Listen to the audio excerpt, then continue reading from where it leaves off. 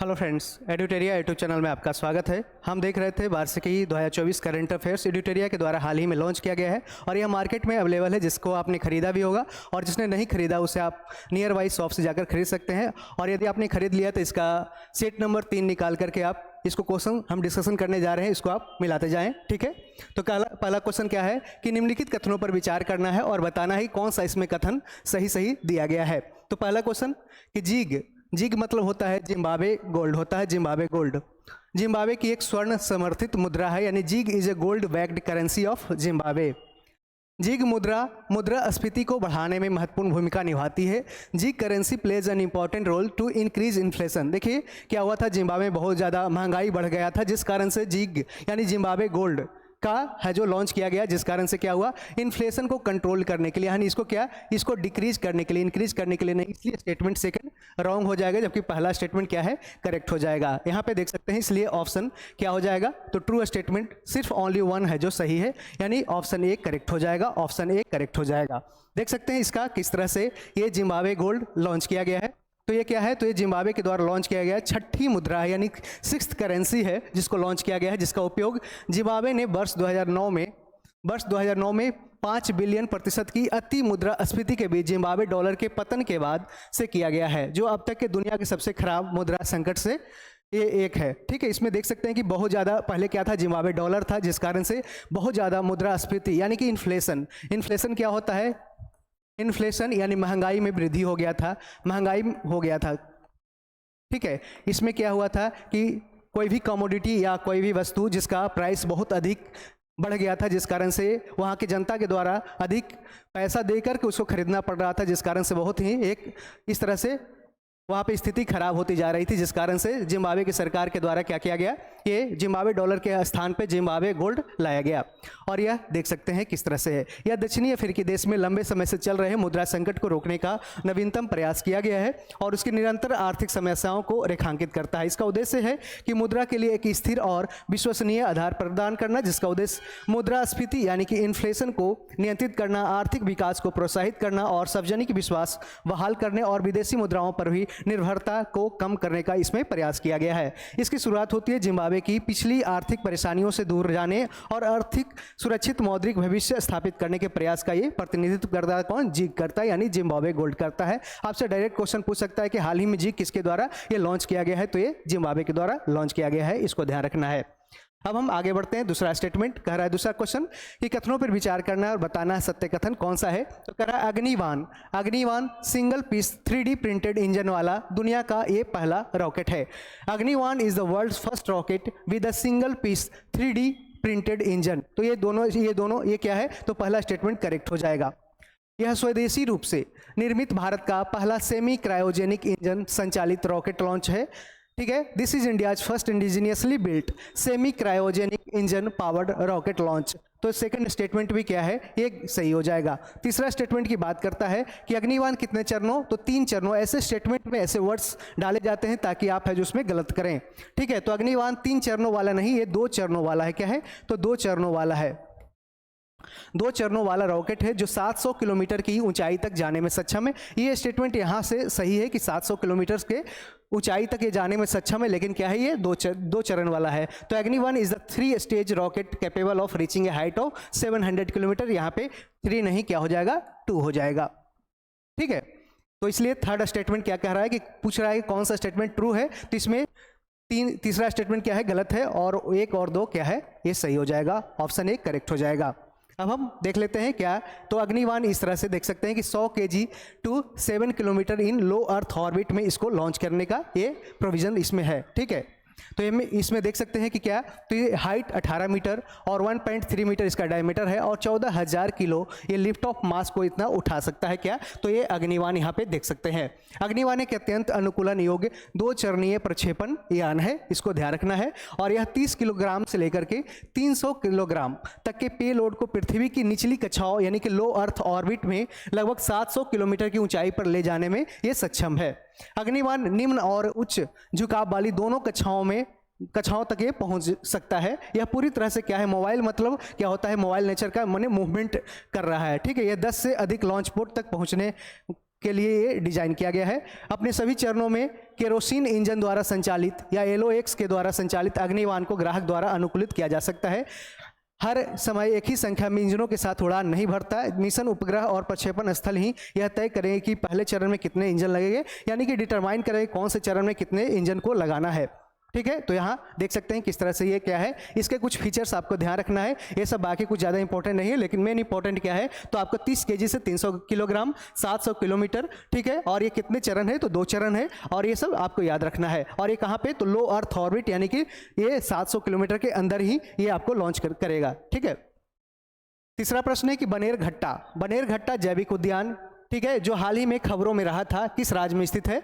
Bannerghatta biological park which was in the news recently is located in, कहाँ, तो ये कर्नाटका हो जाएगा। कहाँ, कर्नाटका, ऑप्शन ए करेक्ट हो जाएगा। देख सकते हैं कि ये भारत के कर्नाटक राज्य में कहाँ पे, बंगलौर के समीप स्थित एक राष्ट्रीय उद्यान है। इसकी स्थापना कब होती है, तो 1970 में होती है, और 1974 में इसे एक राष्ट्रीय उद्यान यानी नेशनल पार्क इसको डिक्लेयर कर दिया जाता है। 2002 में इसके एक छोटे भाग को बनेरघट्टा जैव उद्यान के नाम का प्राणी उद्यान भी निर्धारित किया गया था। ठीक है, अब हम आगे बढ़ते हैं। अगला प्रश्न है कि निम्नलिखित कथनों पर विचार करना है और बताना है कि इसमें कौन से स्टेटमेंट है जो गलत है। ठीक है, ये आपको पहले चिन्हित करना है कि इसमें कौन सा सही है कौन सा गलत है। आपका ध्यान सबसे पहले यहाँ जाना चाहिए। तो वैश्विक लैंगिक अंतराल सूचकांक 2024 संस्करण में भारत का स्थान 146 देशों में कितना रहा, तो 129 रहा। पहले ये 127 था, ठीक, जिस कारण से 2 अंक फिसल करके 129 हो गया। इसको ध्यान रखना है, ये आपका इंपॉर्टेंट है, इसलिए स्टेटमेंट सही है कि India ranks 129 out of 146 countries in the global gender gap index 2024 edition. तो यहाँ पे पहला स्टेटमेंट सही हो जाएगा। ठीक है, दूसरे स्टेटमेंट की बात करते हैं कि विभिन्न श्रेणियों में भारत का प्रदर्शन सबसे अच्छा राजनीतिक सशक्तिकरण की श्रेणी में रहा। अक्रॉस वेरियस कैटेगरीज, यहाँ पे बहुत सारे कैटेगरी में, जैसे कि शिक्षा में, यहाँ पे विमेन एम्पावरमेंट या राजनीतिक सशक्तिकरण, इस तरह से बहुत सारे इशू में उसको क्षेत्रों में इसको कैलकुलेट किया जाता है, जिस कारण से देख सकते हैं कि across various categories India's performance was best in the category of political empowerment. देखिए ऑप्शन यहाँ पे आपको बुक में मिलेगा कि ये स्टेटमेंट को गलत किया गया है, लेकिन यहाँ पे ये भी स्टेटमेंट सही है। ठीक है, यहाँ पे आप बुक से सुधार ले सकते हैं। ठीक है, सुधार कर ले, यहाँ पे सही हो जाएगा। It is released by the world economic forum, यहाँ पे तीसरा स्टेटमेंट भी सही है, किसके द्वारा, तो वर्ल्ड इकोनॉमिक फोरम। आपसे डायरेक्ट क्वेश्चन ये भी पूछ सकता है कि वर्ल्ड इकोनॉमिक फोरम ये क्या रिलीज करता है, तो ये क्या करता है, ये global gender gap index report करता है। कौन, ये वर्ल्ड इकोनॉमिक फोरम। आपको डायरेक्टली एक क्वेश्चन पूछ सकता है कि ग्लोबल जेंडर गैप रिपोर्ट कौन लॉन्च करता है, वर्ल्ड इकोनॉमिक फोरम करता है। तो इसलिए इसमें तीनों स्टेटमेंट सही है, तो फॉल्स इसमें कोई भी नहीं है, यानी कि ऑप्शन डी इसमें करेक्ट हो जाएगा। इसमें कोई भी स्टेटमेंट गलत नहीं है। यहाँ पे प्रूफ के साथ यहाँ पे देख सकते हैं, कह रहा है कि विभिन्न श्रेणियों में भारत की रैंकिंग किया है कि राजनीतिक सशक्तिकरण मापदंड में भारत को सर्वश्रेष्ठ रैंक मिला है 65, यानी कि उस तरह से 100 में 142 में, इस तरह से 146 में 65 रैंक इसमें मिला है भारत को। और आर्थिक भागीदारी और अवसर में 142, स्वास्थ्य और जीवन रक्षा में 142 रैंक, शैक्षिक उपलब्धि में 112 रैंक इसमें मिला है। सबसे सर्वश्रेष्ठ मिला है कहाँ पे, तो राजनीतिक सशक्तिकरण में मिला है। यहाँ पे देख सकते हैं कि वैश्विक लैंगिक अंतर सूचकांक 2024 के मुताबिक यहाँ पे देख सकते हैं, कह रहा है कि 146 देशों में से 129वां स्थान किसको मिला है, तो ये भारत को मिला है। और यह पिछले साल की तुलना में 2 पायदान नीचा है, यानी कि जो पहले वाला 2023 का रिपोर्ट आया था उसमें कितना था, 127 था, जिस कारण से और भी ये नीचा चला गया, 2 अंक नीचा गया। वैश्विक लैंगिक अंतर स्कोर कितना है भारत का, 68.5% है। इसको भी ध्यान रखना है, आपको ये पॉइंट परसेंटेज याद रखना है, जिसका मतलब है कि 31.5% अंतर अभी भी अनसुलझा है। वर्तमान दर से वैश्विक स्तर पर पूर्ण लैंगिक समानता तक पहुंचने में अभी कितना साल लगेगा, तो 134 साल लगेगा। हो सकता है आपसे डायरेक्ट पूछ दे कि अभी पूरी तरह से पूर्ण लैंगिक समानता यानी कि होल जेंडर इक्वालिटी को अचीव करने के लिए अभी पूरे वर्ल्ड को कितना समय लगेगा, तो 134 साल लगेगा। राजनीति सशक्तिकरण और आर्थिक भागीदारी एवं अवसरों में लिंग अंतर सबसे ज्यादा देखने को मिलता है कहाँ पे, तो पॉलिटिकल एम्पावरमेंट और इकोनॉमिक पार्टनरशिप, ये पार्टिसिपेशन में सबसे ज्यादा है जो जेंडर गैप देखने को मिलता है। शिक्षा के क्षेत्र में पुरुषों और महिलाओं की साक्षरता दर के बीच का फासला कितना होता है, तो अभी 17.2% है जो इसका फासला दिखाया गया है।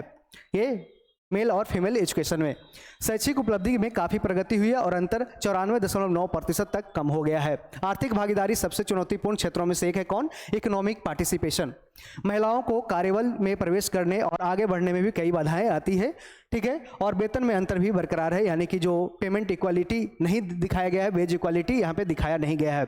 वहीं वैश्विक लैंगिक अंतर सूचकांक 2024 में शीर्ष 5 देश कौन रहे, तो पहले स्थान पे आपको याद रखना है, पहला आइसलैंड रहा, दूसरा फिनलैंड रहा, तीसरा नॉर्वे रहा, चौथा न्यूजीलैंड और पांचवा स्वीडन रहा। और जो ऊपर का जो कंट्री होता है इसका नॉर्डिक कंट्रीज कहा जाता है। क्या, तो इसको नॉर्डिक कंट्री कहा जाता है, नॉर्डिक देश बोला जाता है। नॉर्डिक देश ये क्या है, आइसलैंड, फिनलैंड, नॉर्वे, इस तरह से वो देश है जो नॉर्डिक में आते हैं। और इस तरह से वहाँ पे जो व्यवस्था की गई है शिक्षा के क्षेत्रों में, स्वास्थ्य के क्षेत्रों में और राजनीतिक सशक्तिकरण में महिलाओं और पुरुषों का जो इक्वल डिस्ट्रीब्यूशन किया गया है, तो ये इस कारण से ये हमेशा आइसलैंड, फिनलैंड, नॉर्वे हमेशा ये जेंडर गैप इंडेक्स में टॉप पे ही रहता है, ठीक है। जानते हैं कि विश्व आर्थिक मंच के बारे में, यानी वर्ल्ड इकोनॉमिक फोरम की बात करते हैं, तो इसे अंतर्राष्ट्रीय सार्वजनिक निजी सहयोग संगठन के नाम से भी इसे जाना जाता है। और यह 1971 में एक गैर लाभकारी संस्था यानी कि नॉन प्रॉफिट ऑर्गेनाइजेशन, क्या, तो नॉन प्रॉफिट ऑर्गेनाइजेशन के रूप में इसको बनाया गया था, ठीक है। और इसे संस्थापक कौन है, तो क्लास शवाब है। क्लास शवाब इसके संस्थापक है, किसके, वर्ल्ड इकोनॉमिक फोरम के। और इसका मुख्यालय आपको ध्यान रखना है, इसका मुख्यालय कहाँ है, तो स्विट्जरलैंड के जिनेवा में है, जिनेवा शहर में। और यह स्वतंत्र और निष्पक्ष है और किसी विशेष हित से संबंधित नहीं है। यह फोरम वैश्विक, क्षेत्रीय और उद्योग एजेंडा को आकार देने के लिए समाज के अग्रणी राजनीतिक, व्यापारिक, सांस्कृतिक और अन्य नेताओं को इसमें शामिल करता है। और इसके अन्य रिपोर्ट भी देखते हैं। रोजगारों की भविष्य रिपोर्ट यानी कि future of an employment report, ये कौन जारी करता है, फ्यूचर ऑफ एम्प्लॉयमेंट रिपोर्ट जारी करता है, तो ये वर्ल्ड इकोनॉमिक फोरम। वैश्विक जोखिम रिपोर्ट यानी वर्ल्ड ग्लोबल रिस्क रिपोर्ट, ठीक है, ग्लोबल रिस्क रिपोर्ट ये कौन जारी करता है, तो ये ध्यान रखना है कौन करता है, तो ये वर्ल्ड इकोनॉमिक फोरम करता है। यात्रा और पर्यटन प्रतिस्पर्धात्मकता रिपोर्ट यानी कि travel and tourism competitiveness report ये जारी करता है कौन, तो ये वर्ल्ड इकोनॉमिक फोरम। और वैश्विक प्रतिस्पर्धात्मकता रिपोर्ट यानी ग्लोबल कम्पिटिटिवनेस रिपोर्ट ये जारी कौन करता है, तो ये सारे जारी करता है वर्ल्ड इकोनॉमिक फोरम करता है। आपको याद रखना है क्या, तो ग्लोबल कम्पिटिटिवनेस यानी कंपटीशन का रिपोर्ट कौन जारी करता है, तो वर्ल्ड इकोनॉमिक फोरम करता है, आपको ये ध्यान रखना है। तो काफ़ी इन्फॉर्मेशन इसमें दिया गया है और हो सकता है आपसे क्वेश्चन इसमें बीपीएससी पीटी में या फिर अन्य एग्जाम में भी पूछा जा सकता है। और आपको बता दें कि ये सारे एग्जाम्स के लिए काफ़ी इंपॉर्टेंट है करंट अफेयर, क्योंकि इस तरह से क्वेश्चन आपको कहीं भी पूछा जा सकता है, कोई भी स्टेटमेंट निकाल के आपसे क्वेश्चन पूछ सकता है। जो आपके एग्जाम में ऐसे स्टेटमेंट वाले भी क्वेश्चन आपको बीपीएससी पीटी में आप देखने को मिलता है, जिस कारण से आप थोड़ा सा तैयार रहेंगे तो और भी अच्छा रहेगा। और भी अन्य एग्जाम के लिए काफ़ी इंपॉर्टेंट है, आप इसको देख सकते हैं।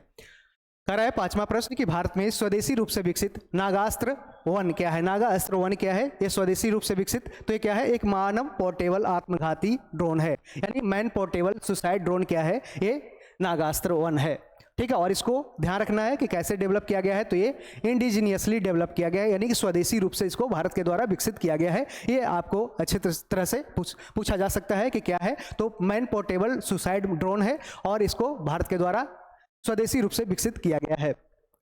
यहाँ देख सकते हैं क्या है, यहाँ पे यही है, ये एक ड्रोन है जिसके नागास्त्र 1 इसका नाम दिया गया है। Is a fixed being, fixed being इसमें बीइंग है, जो ये डायना है ये क्या है, फिक्स है।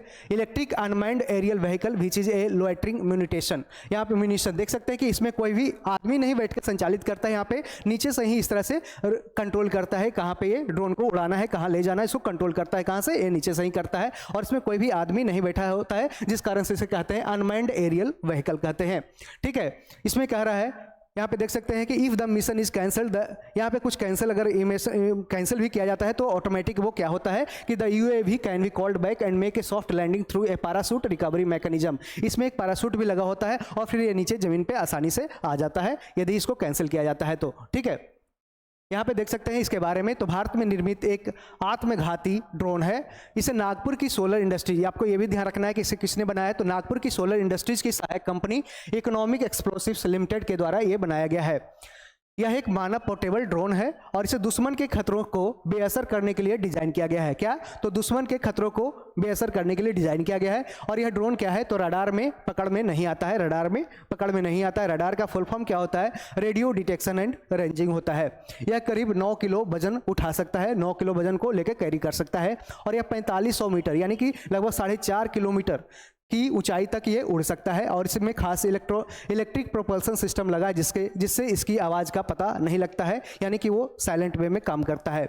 यह कामिकेज मोड में काम करता है। इसमें जीपीएस सक्षम सटीक हमले की सुविधा भी मौजूद है और यह 2 मीटर की सटीकता से हमला कर सकता है और इसमें 75% है जो स्वदेशी सामग्री लगा है। इस कारण से हम कह सकते हैं कि पूरी तरह से ये स्वदेशी ही है। ठीक है, नागा अस्त्र 1 को शामिल करना सैन्य अनुप्रयोगों के लिए ड्रोन तकनीक में भारत की आत्मनिर्भरता की दिशा में एक अहम कदम है। यहाँ पे आपको एक क्वेश्चन हो सकता है आपसे पूछा जा सकता है या फिर आपको फंसाने के लिए स्टेटमेंट बना के देख सकता है कि ये कह रहा है कि पूरी तरह से, यानी कह देगा स्टेटमेंट कि 100% ये इंडिजीनियसली यानी पूरी तरह 100% या स्वदेशी रूप से विकसित नागास्त्र 1 ड्रोन है। तो यहाँ पे गलत है क्योंकि ये 75% क्या है, तो ये 75% स्वदेशी इसमें सामग्री का यूज किया गया है। आपको ये सब स्टेटमेंट पे ध्यान रखना है। ठीक है, अब हम आगे बढ़ते हैं। अगला प्रश्न है कि बताना है कौन सा इसमें कथन सही दिया गया है।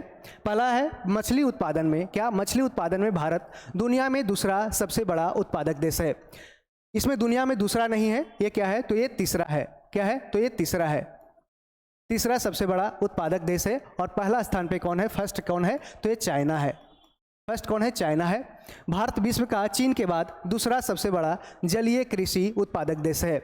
विश्व मत्स्य पालन और जलीय कृषि स्थिति रिपोर्ट 2024 विश्व व्यापार संगठन के द्वारा जारी किया जाता है। तो जानते हैं कि WTO के द्वारा नहीं, किसके द्वारा, तो फूड एंड एग्रीकल्चर ऑर्गेनाइजेशन के द्वारा, यानी FAO, यूनाइटेड नेशन FAO के द्वारा ये जारी किया जाता है। कौन सा, तो ये विश्व मत्स्य पालन और जलीय कृषि स्थिति रिपोर्ट, यानी कि the world fishery and aquaculture status report 2024 is released by FAO। इसका आंसर थर्ड स्टेटमेंट तो गलत हो जाएगा और पहला भी गलत हो जाएगा। सेकंड सही हो जाएगा कि India is the second largest aquaculture producer in the world after China. यहाँ पे क्या है, तो ये थर्ड लार्जेस्ट हो जाएगा कि India is the third largest fish producer in the world after, ये चाइना फर्स्ट है।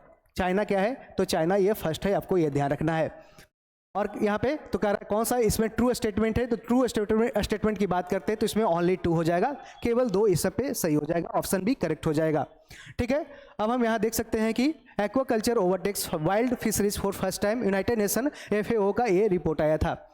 संयुक्त राष्ट्र के खाद्य और कृषि संगठन यानी फूड एंड एग्रीकल्चर ऑर्गेनाइजेशन ने the state of world fisheries and aquaculture 2024 जारी किया, जो मछली पालन और जलीय कृषि की वैश्विक और क्षेत्रीय स्थिति और रुझानों का एक व्यापक विश्लेषण प्रदान करता है। और यह रिपोर्ट दिखाती है कि 2022 में पहली बार जलीय कृषि उत्पादन ने मछली पालन को पार कर लिया, यहाँ पे देख सकते हैं। और आपको यह भी ध्यान रखना है कि भारत में 2 तरह से मछली का है जो उत्पादन किया जाता है। कहाँ पे, जैसे एक समुद्र, एक क्या है, एक समुद्र है, एक समुद्र, यहाँ पे समुद्र के किनारे यहाँ पे जानते हैं कि इस तरह से जो ओशन का क्षेत्र है वहाँ पे, यहाँ पे गुजरात में, जैसे कि गुजरात का क्षेत्र है, जो गुजरात है वो सबसे ज़्यादा समुद्री मछली का उत्पादन करता है, समुद्री मछली पकड़ता है, यानी कि वहाँ पे समुद्री मछली सबसे ज़्यादा कहाँ मिलता है, तो ये गुजरात के द्वारा प्रोड्यूस किया जाता है। यहाँ पे सबसे ज़्यादा वहाँ पे प्रोडक्शन होता है, कहाँ पे, गुजरात में, आपको याद रखना है। और जब बात करते हैं कि अंदर की बात करते हैं, अंतर्देशीय की बात करते हैं, यानी कि इनसाइड, इनलैंड, यानी कि भारत के अंतर्देशीय भागों में कहाँ पे सबसे ज़्यादा होता है, तो आंध्र प्रदेश में ये ध्यान रखना है। आंध्र प्रदेश में क्या होता है, अंतर्देशीय मछली का उत्पादन सबसे ज़्यादा होता है। ठीक है, यहाँ पे मछली उत्पादन का सेंस है कि भारत के द्वारा कितना समुद्र में और कितना अंतर्देशीय भागों में कितना प्रोडक्शन किया जाता है, कितना है जो पकड़े जाते हैं मछली, तो ये कहाँ पे सबसे ज़्यादा गुजरात में, और दूसरा स्थान ये समुद्री मछली जो है जो गुजरात में, और अंतर्देशीय मछली का उत्पादन आंध्र प्रदेश में सबसे ज़्यादा, आपको ये ध्यान रखना है। यहाँ पे अगला प्रश्न बढ़ते हैं कि विशेष श्रेणी यानी स्पेशल कैटेगरी स्टेटस के राज्य का दर्जा किस वित्त आयोग की सिफारिशों के आधार पर प्रारंभ किया गया था।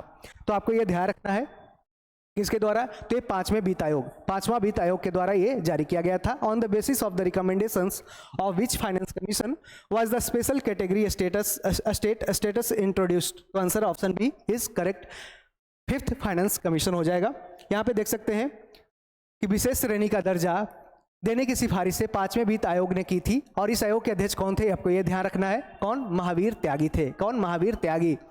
साल 1969 में, ये भी आपको ईयर याद रखना है कि कब सबसे पहली बार स्टार्ट किया गया। तो साल 1969 में सबसे पहले, और कितने राज्यों को, तो जम्मू कश्मीर, असम और नागालैंड को विशेष श्रेणी राज्य का दर्जा पहली बार मिला था। यानी कि 3 राज्यों को सबसे पहली बार विशेष राज्य का दर्जा 1969 में दिया गया था, और ये 5th फाइनेंस कमीशन के द्वारा तय किया गया था। और सबसे उसके जो कौन थे, अध्यक्ष कौन थे, तो महावीर त्यागी थे, इसको ध्यान रखना है।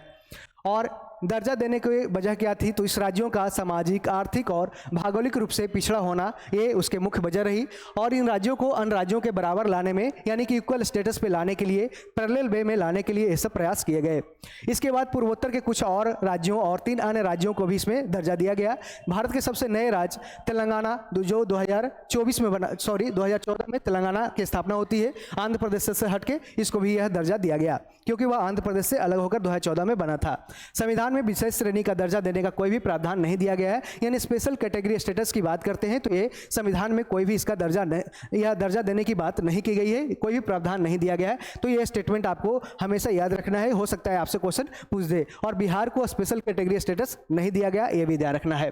किस राज्य में कब लागू हुआ, और यह आर्टिकल 371 के थ्रू दिया जाता है। यहाँ पे देख सकते हैं, पहला देख सकते हैं आर्टिकल 371 में महाराष्ट्र को दिया गया, पहले ये बॉम्बे राज्य था, ठीक है। और ये 1950 से लागू होता है, जो विदर्भ मराठवाड़ा के विकास के लिए दिया जाता है। क्यों स्पेशल कैटेगरी स्टेटस, विदर्भ और मराठवाड़ा क्षेत्र क्यों प्रसिद्ध है, तो वहाँ पे बहुत ज़्यादा ये अकाल की स्थिति बनती है, बहुत ज़्यादा बारिश नहीं होती है, जिस कारण से वहाँ का डेवलपमेंट के लिए महाराष्ट्र को दिया गया क्या, स्पेशल कैटेगरी स्टेटस दिया गया। गुजरात की बात करते हैं तो 371 में, तो जानते हैं कि 1960 में क्या होता है, ये पहले क्या होता है, ये गुजरात होता है, गुजरात से फिर महाराष्ट्र एक नया स्टेट बनता है, ठीक है। 371 में क्या बात करता है, तो 1950 में होता है सौराष्ट्र और कच्छ के विकास करने के लिए, ये डेवलप करने के लिए दिया जाता है। और नागालैंड की बात करते हैं तो 371A में नागालैंड की बात करता है, ये स्पेशल कैटेगरी स्टेटस में नागा संस्कृति की संरक्षण करने के लिए, यानी कि नागा कल्चर को प्रिजर्व करने के लिए, कंजर्व करने के लिए आर्टिकल 371A में नागालैंड के को स्टेटस दिया जाता है स्पेशल कैटेगरी का। असम की बात करते हैं तो 371 भी, और जनजातियों को प्रतिनिधित्व देने के लिए 1969 में असम को भी शामिल किया जाता है। मणिपुर की बात करते हैं तो 371C में, और यह पहाड़ी इलाकों से चुने गए विधायकों की भागीदारी बढ़ाने के लिए इसको दिया जाता है 1971 में, आर्टिकल 371C। आपको ध्यान रखना है कौन से आर्टिकल में क्या क्या कौन से स्टेट को दिया गया है। और आंध्र प्रदेश, जो अब आंध्र प्रदेश और तेलंगाना दोनों के लिए दिया गया है, 371D और के लिए किसको, तो आंध्र प्रदेश, और 371E के लिए क्या, तो तेलंगाना के लिए दिया गया है। और सरकारी नौकरी और शिक्षा में समान अवसर प्रदान करने के लिए ऐसा दिया गया है। सिक्किम की बात करते हैं तो 371F में दिया गया, और सिक्किम गठन और राज्य की शांति व्यवस्था के लिए दिया गया था। जानते हैं कि 35वां संविधान संशोधन होता है कब, 1974 में होता है, जिसमें सिक्किम को एक सहकारी संघ बनाया जाता है, यानी कि एसोसिएट स्टेट बनाया जाता है। क्या, तो सिक्किम को बनाया जाता है क्या, एसोसिएट स्टेट बनाया जाता है। उसके बाद क्या होता है, 36वां संविधान संशोधन आता है, कब, 1975 में आता है, जिसके कारण पूरी तरह, यानी सिक्किम को पूरी तरह कंप्लीट स्टेट बना दिया जाता है भारत के अंदर। कंप्लीट स्टेट यानी कि पूरी तरह से भारत का एक राज्य का दर्जा दिया जाता है 36th कॉन्स्टिट्यूशन अमेंडमेंट एक्ट 1975 के द्वारा, इसको ध्यान रखना है। मिजोरम की बात करते हैं तो 371G 1986 में, और मिजो संस्कृति के संरक्षण के लिए इसको दिया जाता है। अरुणाचल प्रदेश में 371H और 1986 में राज्य की कानून और व्यवस्था में राज्यपाल की भागीदारी बढ़ाने के लिए इसको दिया जाता है। गोवा की बात करते हैं तो 371I में गोवा है, और कर्नाटक में 371J 2012 में इसको दिया गया। हैदराबाद और कर्नाटक रीजन के विकास करने के लिए कर्नाटक क्षेत्र को शामिल किया गया, किसमें, तो ये स्पेशल कैटेगरी स्टेटस में शामिल किया गया है। अब हम आगे बढ़ते हैं। अभी ये भी ध्यान रखना है आपको कि अभी इसके पहले क्या था, 15th फाइनेंस कमीशन था, उसके चेयरमैन कौन थे, नंद किशोर सिंह थे, यानी NK सिंह थे, ठीक है। और अभी 16th फाइनेंस कमीशन बना है, ठीक है। इसके चेयरमैन कौन है, तो अरविंद पनगड़िया है। कौन, अरविंद पनगड़िया,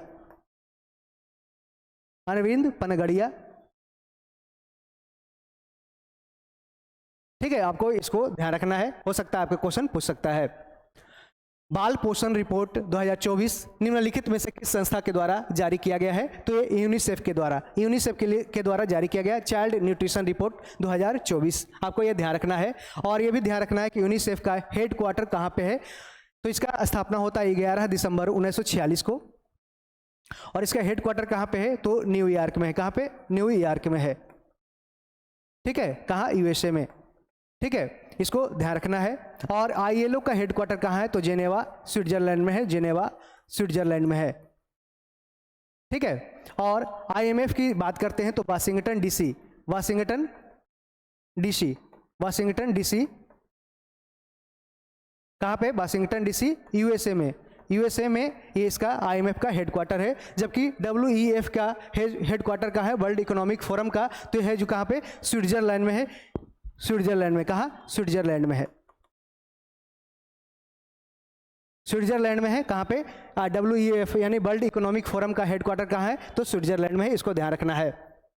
अब हम आगे बात करते हैं और भी कि यूनिसेफ ने क्या किया, तो बाल पोषण रिपोर्ट 2024 जारी किया, जिसका शीर्षक आपको ये ध्यान रखना है, शीर्षक क्या है, तो शीर्षक भी आपको ध्यान रखना है। तो शीर्षक पूछा है कि जिसका शीर्षक क्या है, तो बाल खाद्य गरीबी, प्रारंभिक बचपन में पोषण का अभाव, प्रारंभिक बचपन में पोषण का अभाव। बाल पोषण रिपोर्ट कहता है क्या है, तो कह रहा है कि globally 440 million children under 5 are living in child food poverty, यानी कि उसको अच्छी तरह से भोजन उसको नहीं उपलब्ध हो रहा है। और इसमें कितना है, तो 440 मिलियन वैसे बच्चे हैं जो 5 वर्ष से कम उम्र के हैं। और 181 million children under 5 are living in severe child food poverty, यानी कि उसको पूरी तरह से बहुत मतलब कि इस तरह से इस हाल में है कि उसको खाना उपलब्ध ही नहीं हो पा रहा है। कितना है, 181 मिलियन। रिपोर्ट में प्रारंभिक बचपन में बाल खाद्य गरीबी की स्थिति, प्रवृत्तियों, असमानताओं और कारणों की भी जांच इसमें की गई है। रिपोर्ट में इस समस्या से निपटने के लिए एक एजेंडा प्रस्तुत किया गया, जिसमें खाद्य प्रणालियों में परिवर्तन, स्वास्थ्य प्रणालियों को बेहतर बनाना और सामाजिक सुरक्षा प्रणालियों को सक्रिय करना शामिल है, जिससे बच्चों के बचपन में भोजन और पोषण के अधिकार को केंद्र में रखा जा सके। यहाँ देख सकते हैं कि बाल पोषण रिपोर्ट के कुछ मुख्य निष्कर्ष है, जिसमें कह रहा है कि उच्च खाद्य गरीबी है और ये 5 वर्ष से कम आयु के कितना 181 मिलियन बच्चा के ये बराबर है। और गंभीर खाद्य गरीबी में रहने वाले 181 मिलियन युवा बच्चों में से 2/3 से अधिक दक्षिणी एशिया और उप सहारा अफ्रीका में रहता है, जिसमें से 20 देशों में गंभीर खाद्य गरीबी में रहने वाले 65% बच्चे रहते हैं। तो सबसे ज़्यादा कहाँ, दक्षिण एशिया और उप सहारा अफ्रीका के क्षेत्रों में रहते हैं। ये कौन से देश है, तो अफगानिस्तान, बांग्लादेश, चीन, कोट डे आइवर, कांगो, लोकतांत्रिक गणराज्य मिस्र, Ethiopia, Ghana, Bharat, Indonesia, Myanmar, Niger, Nigeria, Pakistan, Philippines, Somalia, दक्षिण अफ्रीका, युगांडा, तंजानिया, संयुक्त गणराज्य और यमन, ये सब सारे देश हैं जहाँ पे बच्चों को पूरी तरह से पोषण युक्त खाना उपलब्ध नहीं हो पा रहा है। असमान प्रगति की बात करते हैं तो गंभीर बाल खाद्य गरीबी को समाप्त करने की दिशा में प्रगति धीमी है, लेकिन कुछ क्षेत्र और यह देश साबित कर रहा है कि प्रगति भी और भी आगे हो रही है। ठीक है, अगला प्रश्न है कि G7 शिखर सम्मेलन 2024 के संबंध में बताना है कौन सा इसमें कथन सही दिया गया है। कह रहा है कि G7 शिखर सम्मेलन इटली के नेपल्स, यहाँ पे इटली के नेपल्स शहर में नहीं किया गया है, कहाँ पे, इटली के पुगलिया शहर में किया गया है। कहाँ पे, पुगालिया शहर में किया गया है। ठीक है, और कह रहा है कि G7 का यह 50वां शिखर सम्मेलन था, तो ये स्टेटमेंट सही है। और G7 देशों द्वारा रूस के परिसंपत्तियों का उपयोग यूक्रेन को $50 बिलियन, कितना, यूक्रेन को $50 बिलियन के ऋण देने में किया गया। The G7 summit was held in Naples, Italy. Option A is correct, incorrect. ठीक है, this was the 50th summit. ठीक है, Russia's asset were used by G7 countries to provide a $50 billion loan to Ukraine. यहाँ पे third statement सही है और second भी सही है। यहाँ पे कह रहा है ट्रू कौन सा है, तो ट्रू है जो ओनली 2 और 3 है। ठीक है, तो ऑप्शन बी इज करेक्ट हो जाएगा। यहाँ पे पहला, यहाँ पे और भी कुछ याद रखना है आपको कि आगे देख सकते हैं कि यहाँ पे G20, G8, G7 क्या क्या देश हैं। तो यहाँ पे देख सकते हैं G7 में कौन कौन देश आते हैं, आपको ये ध्यान रखना है। तो G7 में देशों कितने हैं टोटल, ये ग्रुप ऑफ 7 है, यानी 7 देशों का एक समूह है, जिसमें जर्मनी आ रहा है, Canada, France, UK, US, Italy और जापान इसमें शामिल है। यहाँ पे जो 49वां शिखर सम्मेलन हुआ G7 का, कहाँ पे 49वां हुआ, 49th हुआ। कहाँ 49th कहाँ पे हुआ, 49वां हुआ ये जापान में। 50वां कहाँ हो रहा है, तो ये कहाँ पे, जर्मनी के, कहाँ, तो जर्मनी में। ठीक है, और 51 कहाँ हो रहा है, सॉरी यहाँ पे 50वां ये हो रहा है इटली में, और 51 कहाँ हो रहा है, ये 51 हो रहा है। कहाँ 51 होगा, अगला 2025 में कनाडा में, ये कनाडा में होगा। ठीक है, आपको ये ध्यान रखना है। और पहले क्या था कि रसिया भी G7 में शामिल था, जिस कारण से इसका नाम पड़ा था G8, लेकिन बाद में 2014 में रसिया ने क्रीमिया के क्षेत्रों पे कब्जा कर लिया, जिस कारण से G7 से इसको हटा दिया गया, G8 से हटा करके इसको रसिया को बाहर कर दिया गया। ठीक है, और फिर G20 में देशों की संख्या कितनी है, तो 20 है। ठीक है, और इसमें हाल ही में अफ्रीकन यूनियन को भी शामिल किया गया है, जो हाल ही में भारत में आयोजित किया गया था। G20 का आयोजन हुआ था, कहाँ? इंडिया में हुआ था। ठीक है, और अगला कहाँ होगा? तो ब्राजील में होगा, अगला ब्राजील में होगा। ठीक है, ये ध्यान रखना है। तो टर्की, यूरोपियन यूनियन, इसको मिला करके ये सारे हैं, और Turkey, European union, Argentina, Brazil, south Korea, Mexico, Saudi Arabia, Indonesia, China, Australia, India, south Africa plus African union भी इसमें शामिल हो गया है। ठीक है, अफ्रीकन यूनियन भी इसमें शामिल है, इसको भी ध्यान रखना है। ठीक है, अब हम और भी देख लेते हैं। तो G7 की उत्पत्ति कब होती है? 1973 के तेल संकट यानी कि जो ऑयल संकट आया था, और उसके परिणाम स्वरूप उत्पन्न वित्तीय संकट, जिसके कारण 6 प्रमुख औद्योगिक देशों के नेताओं को वर्ष 1975 में एक बैठक बुलाने के लिए बाध्य होना पड़ा। तो यही इसकी पृष्ठभूमि रही थी। इसमें भाग लेने वाले देश थे अमेरिका, ब्रिटेन, फ्रांस, पश्चिम जर्मनी और जापान और इटली। कनाडा वर्ष 1976 में इसमें शामिल हुआ, जिसके परिणाम स्वरूप इसका G7 का ये गठन हुआ। 1997 में रूस के G7 में शामिल होने के बाद के कई वर्षों तक G8 के नाम से जाना जाता था, लेकिन वर्ष 2014 में यूक्रेन के क्रीमिया क्षेत्र पर अधिकार करने के बाद रूस को इस समूह से निष्कासित कर दिया गया, जिसका नाम पुनः बदल के G7 रख दिया गया था। 2024 में ग्रुप ऑफ 7 की अध्यक्षता के रूप में कह रहा है इटली। जून में इटली के कहाँ? पुगलिया शहर में G7 शिखर सम्मेलन की मेजबानी करेगा। इटली सरकार ने पुगलिया को चुना है, जो एक ऐसा शहर है जिसने पूरब और पश्चिम के बीच एक ब्रिज का काम किया है, और पूरब और पश्चिम के बीच संबंध का यह प्रतीक है, ताकि वैश्विक दक्षिण पर यानी ग्लोबल साउथ पर शिखर सम्मेलन के फोकस के साथ संरेखित किया जा सके। इटली अपनी अध्यक्षता यूक्रेन, G7 के बीच एकता, अंतर्राष्ट्रीय कानून के नियमों के प्रति सम्मान, आर्थिक सुरक्षा, ऊर्जा सुरक्षा, प्रवास और अफ्रीका के साथ सहयोग पर केंद्रित करने की भी योजना ये बना रहा है। और इसी में जानते हैं कि ये क्या है? तो G7 को आपको ध्यान रखना है। ठीक है, ठीक है, अगला सेशन आपको ये ध्यान रखना है खाली कि ये 51वां कहाँ होगा? 2025 में कहाँ पे? ये कनाडा में होगा, आपको ये याद रखना है। और पहले कहाँ हुआ? 49वां ये जापान में, जापान के कहाँ? हिरोशिमा शहर में हुआ था। और ये 50वां इटली के कहाँ? पुगलिया में हुआ है। ये ध्यान रखना है, तीनों हो सकता है आपको मिलान करने के लिए पूछ सकता है। ठीक है, अब हम आगे बढ़ते हैं। हाल ही में कौन सा देश अंतर्राष्ट्रीय सौर गठबंधन यानी कि इंटरनेशनल सोलर अलायंस में शामिल होने वाला 100वां पूर्ण सदस्य बन गया है? Recently which country has become the 100th full member to join the international solar alliance? ठीक है, इंटरनेशनल सोलर अलायंस का हेडक्वार्टर कहाँ पे है? ये ध्यान रखना है। ये कहाँ पे? ये गुड़गांव में है। गुड़गांव कहाँ? तो ये गुरुग्राम हरियाणा। कहाँ पे? हरियाणा में है। इंडिया में कहाँ? हरियाणा, इंडिया में।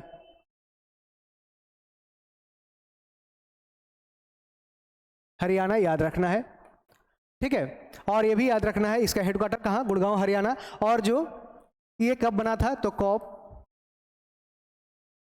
21 जो कब हुआ था? 2015 में हुआ था। कब? 2015 में COP 21 हुआ था। कब? 2015 में पेरिस समझौता में हुआ था। पेरिस समझौता के द्वारा किया गया था। ठीक है, कब? 2015 में, इसको ध्यान रखना है। और भारत और इंडिया और प्लस फ्रांस के सहयोग से स्टार्ट किया गया। इंडिया प्लस फ्रांस के सहयोग से ये स्टार्ट किया गया था। ठीक है, यहाँ ये ध्यान रखना है। तो इसका आंसर क्या हो जाएगा? तो ये ऑप्शन ए करेक्ट हो जाएगा, पराग्वे हो जाएगा। और ये भी ध्यान रखना है कि कौन से ऐसे देश इसमें शामिल किया गया है। तो अब ऐसा प्रोविजन लाया गया कि जितने सारे यूनाइटेड नेशन के देश है उसको अधिकार है कि वो इसमें शामिल हो सकते हैं। और ये कौन से देश शामिल होते हैं? तो ज़्यादातर वो, जैसे इक्वेटर है, इक्वेटर 0 डिग्री है, 0 डिग्री, और यहाँ पे 23 डिग्री नॉर्थ यानी ट्रॉपिक ऑफ क्या? तो कैंसर, और tropic of Capricorn 23 degree south. यहाँ के देशों पे जो रहने वाले, यहाँ पे के जो देश है इस्टेब्लिश, यहाँ पे क्या होता है? सनलाइट, यहाँ पे सीधे सीधे सनलाइट क्या होता है? सनलाइट सीधे सीधे पड़ता है, जिस कारण से क्या होता है? ज़्यादा से ज़्यादा यहाँ पे धूप देखने को मिलता है, जिस कारण से सोलर एनर्जी का प्रोडक्शन यहाँ पे ज़्यादा देखने को मिलता है। जिस कारण से ऐसे देशों जहाँ पे एशिया, अफ्रीका, इस तरह के जो कंटिनेंट मुख्य रूप से आते हैं, उसको पूरी तरह से इसमें शामिल करने का व्यवस्था किया गया है। तो इसका आंसर क्या है? पराग्वे, ऑप्शन ए करेक्ट हो जाएगा। ग्लोबल वार्मिंग और जलवायु परिवर्तन का मुकाबला करने के लिए देशों को सौर क्या कर रहा है? सौर ऊर्जा का उपयोग करने के लिए प्रेरित करने के प्रयास के तहत भारत और फ्रांस ने अंतर्राष्ट्रीय सौर गठबंधन के विचार की परिकल्पना किया था। भारतीय प्रधानमंत्री मोदी और फ्रांसीसी राष्ट्रपति फ्रांसवा ओलांद ने 2015 में पेरिस में आयोजित जलवायु परिवर्तन पर संयुक्त राष्ट्र फ्रेमवर्क कन्वेंशन के 21वें कॉन्फ्रेंस ऑफ पार्टी यानी COP21 के मौके पर अंतर्राष्ट्रीय सौर गठबंधन स्थापित करता है। और इसमें कौन सदस्य बन सकता है? तो प्रारंभ में वे देश जो कर्क रेखा से मकर रेखा के बीच में स्थित थे अंतर्राष्ट्रीय सौर गठबंधन के सदस्य बनने के शुरू में पात्र थे, लेकिन बाद में क्या हुआ, 11 मार्च 2018 को नई दिल्ली में प्रधानमंत्री मोदी और फ्रांसीसी राष्ट्रपति एमैनुअल मैक्रोन के द्वारा आयोजित अंतर्राष्ट्रीय सौर गठबंधन के पहले संस्थापक सम्मेलन में ISA के फ्रेमवर्क समझौते में संशोधन किया गया, जिसके तहत अब संयुक्त राष्ट्र के सभी सदस्य इसके सदस्य बन सकते हैं। यह प्रावधान 15 जुलाई 2020 से लागू की गई और अब कोई भी संयुक्त राष्ट्र का सदस्य देश अंतर्राष्ट्रीय सौर गठबंधन की सदस्यता ग्रहण कर सकता है। आपको यह ध्यान रखना है। नेपाल अंतर्राष्ट्रीय सौर गठबंधन का 101वां पूर्ण सदस्य बन गया। 101वां नेपाल ने नई दिल्ली में ISA को अपना अनुसमर्थन पत्र सौंप दिया है। हो सकता है आपसे क्वेश्चन पूछ दे कि 101वां यानी 101st कौन बना? नेपाल बना। और इसमें पैराग्वे है जो 100वां देश, और आर्मेनिया है जो क्या बना? नवंबर 2023 में आर्मेनिया भी शामिल हुआ। सीरिया फरवरी 2022 में शामिल होकर क्या 103वां देश बना है, 103रा। और अंगोला भी शामिल हो गया है, ठीक है। एंटुगिया और 12वां डोज जनवरी 2022 में भी ISA में शामिल हुआ है, इसको भी ध्यान रखना है। निर्वाचन आयोग यानी इलेक्शन कमीशन के द्वारा जारी रिपोर्ट के अनुसार 18वीं लोकसभा चुनाव में कुल कितना प्रतिशत मतदान डाक मतपत्र को छोड़ करके कितना किया गया? According to the report released by the election commission of India, what was the total percentage of voting excluding postal ballots in the 18th Lok Sabha election? तो जानते हैं 18th लोकसभा इलेक्शन में कितना? तो 65.79%। कितना? ये हो जाएगा 65.79% हो जाएगा।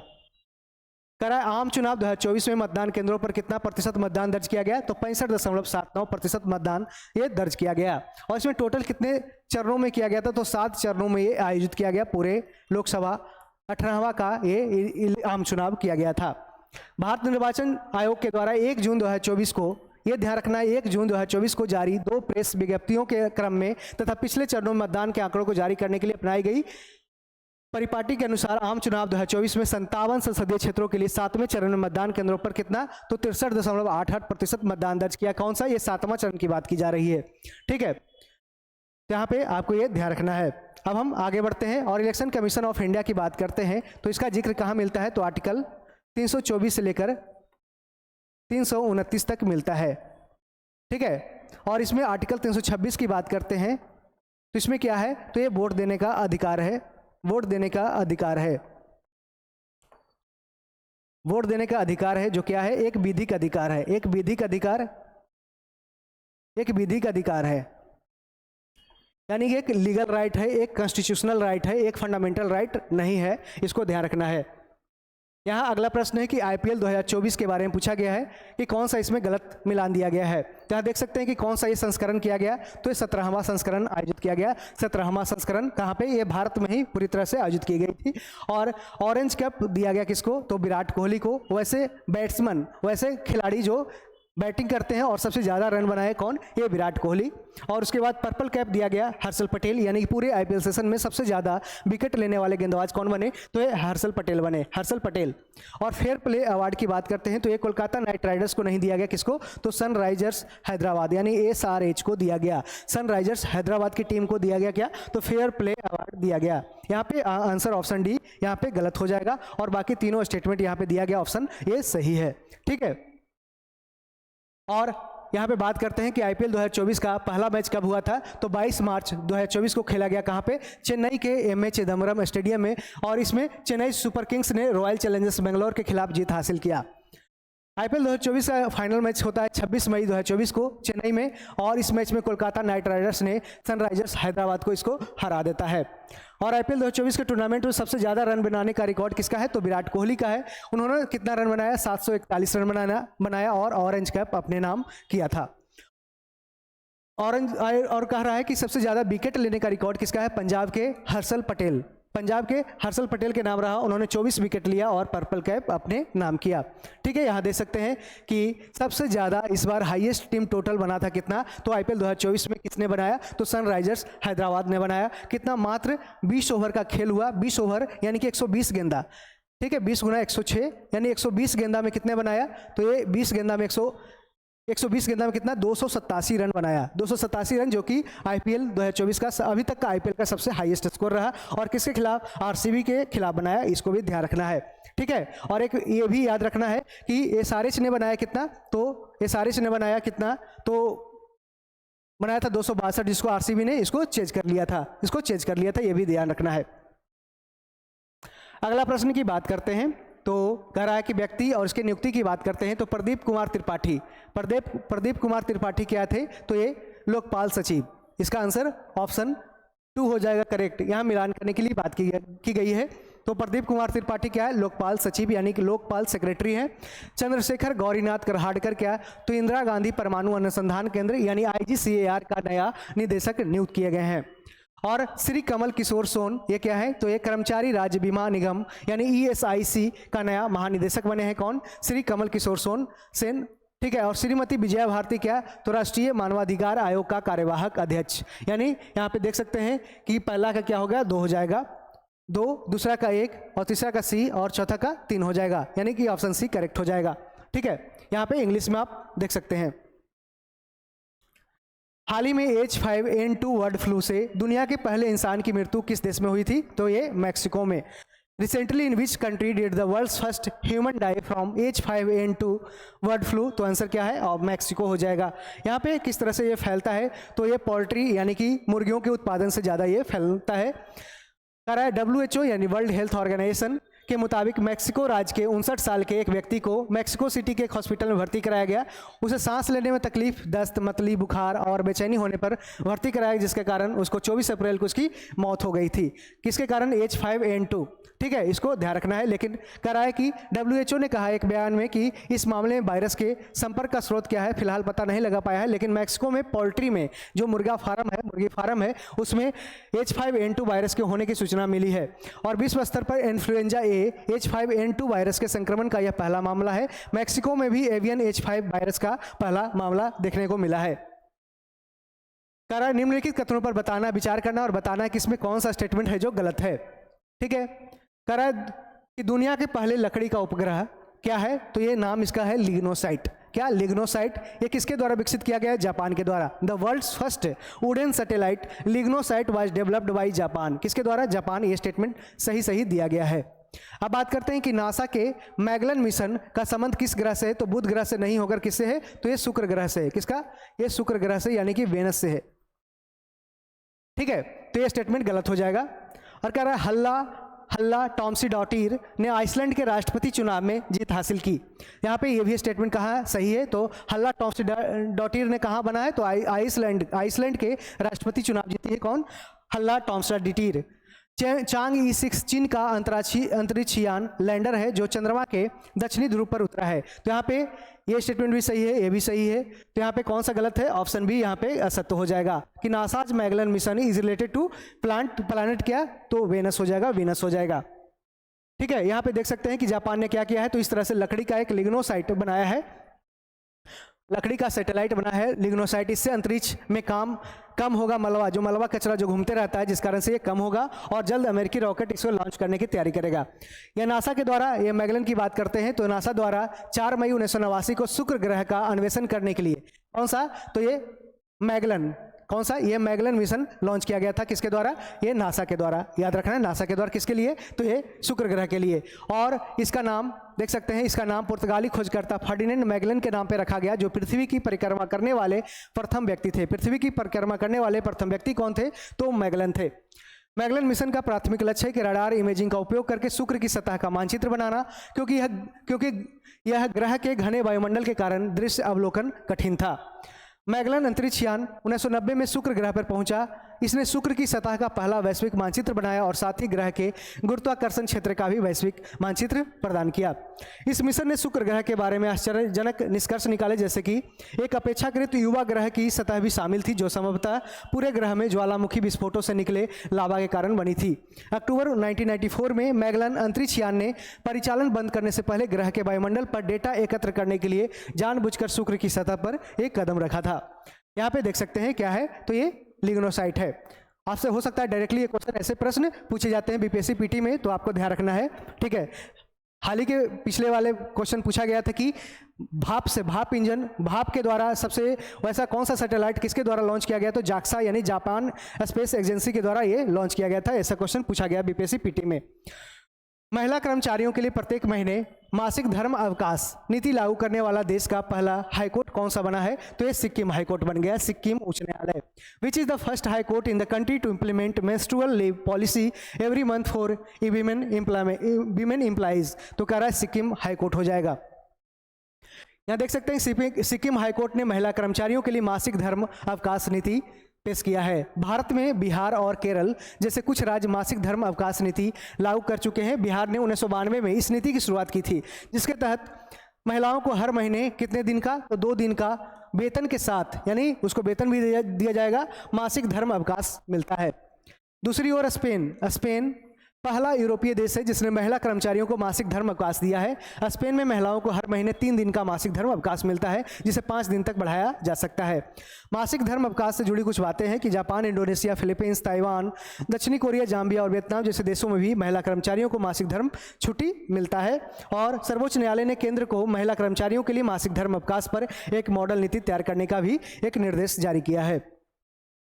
हाल ही में कोबे जापान में आयोजित विश्व पैरा एथलेटिक्स चैंपियनशिप में भारत के पदकों की संख्या क्या है? What is the correct number of medals of India in the recently held world para athletics championship at Kobe Japan? इसका आंसर क्या हो जाएगा कि 656, यानी इसको ध्यान रखना है 656। टोटल कितना है? तो ये 17 हो जाएगा। 17, इसमें टोटल 6 गोल्ड जीता गया। किसमें? तो वर्ल्ड पैरा एथलेटिक्स कहाँ पे हुआ? ये कोबे जापान में किया गया आयोजित। यहाँ पे देख सकते हैं कि सचिन खिलाड़ी ने जापान के कोबे में विश्व पैरा एथलेटिक्स चैंपियनशिप में पुरुषों की शॉट पुट में क्या किया? तो स्वर्ण पदक जीता है।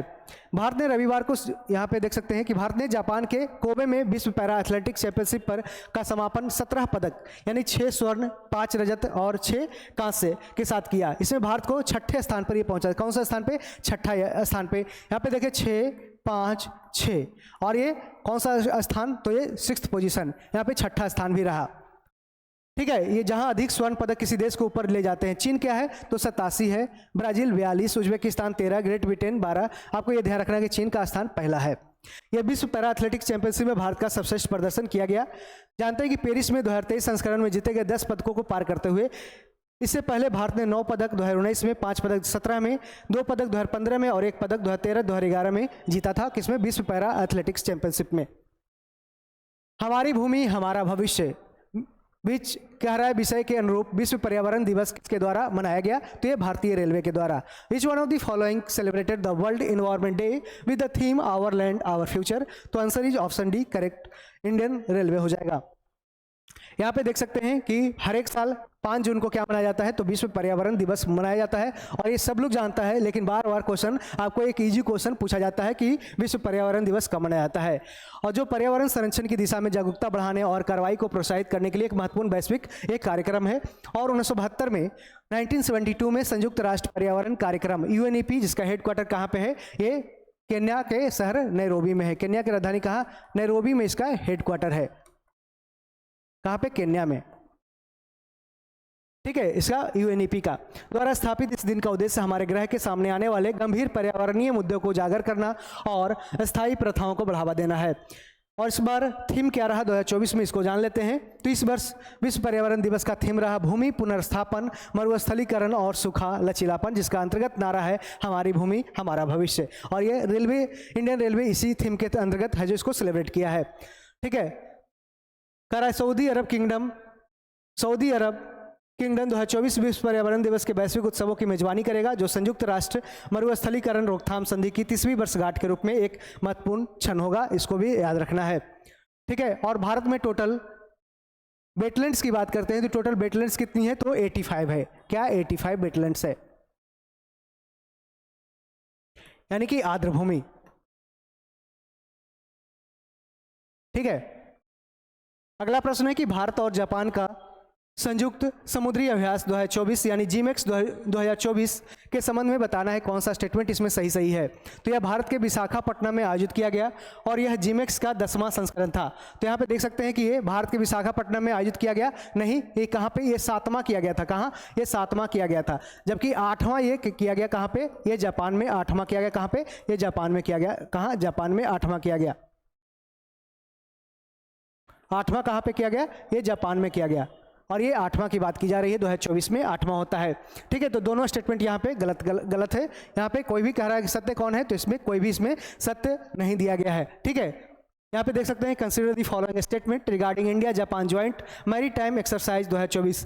मैरी टाइम की बात कर रहा है, तो मैरी मतलब क्या होता है, मैरीन यानी कि नेवी के लिए ये किया गया था, मैरीन एक्सरसाइज था। It was held in Visakhapatnam, India, गलत।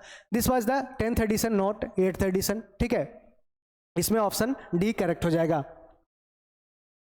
देख सकते हैं कि जापान भारत समुद्री अभ्यास जिमेक्स 24 का ये कौन सा संस्करण, 8वां संस्करण जापान के योकोसुका, जापान के योकोसुका में शुरू हो गया है। जिमेक्स 2024 अभ्यास की मेजबानी Japan maritime self defence force द्वारा की जा रही है। जापानी नौसेना को Japan maritime self defence force भी कहा जाता है। और इसके बारे में शामिल देख सकते हैं, जिमेक्स 24 में शामिल भारतीय जहाज और अभ्यास का उद्देश्य क्या है, तो भारतीय नौसेना का स्वदेश निर्मित स्टील्थ फ्रिगेट INS शिवालिक पूछ सकता है क्वेश्चन कि INS शिवालिक जिमेक्स 24 अभ्यास में भाग ले रहा है। कौन, INS शिवालिक। ठीक है, और इसका जापान वाला जो Japan maritime self defence force का प्रतिनिधित्व कौन कर रहा है, इसके गाइडेड मिसाइल विध्वंसक JSU गिरी के द्वारा किया जा रहा है। इस अभ्यास में बंदरगाह और समुद्री दोनों चरण शामिल होंगे। बंदरगाह चरण का मुख्य उद्देश्य क्या है, तो दोनों नौसेनाओं के नाविकों के बीच संबंध को मजबूत करना है। ठीक है, और जिमेक्स की बात करते हैं तो जिमेक्स दोनों देशों की नौसेना के बीच में एक द्विपक्षीय नौसैनिक अभ्यास है, यानी कि बायलैटरल नेवल एक्सरसाइज है, बायलैटरल मैरीन एक्सरसाइज है। इसकी शुरुआत कब होती है, 2012 में जापान में की जाती है।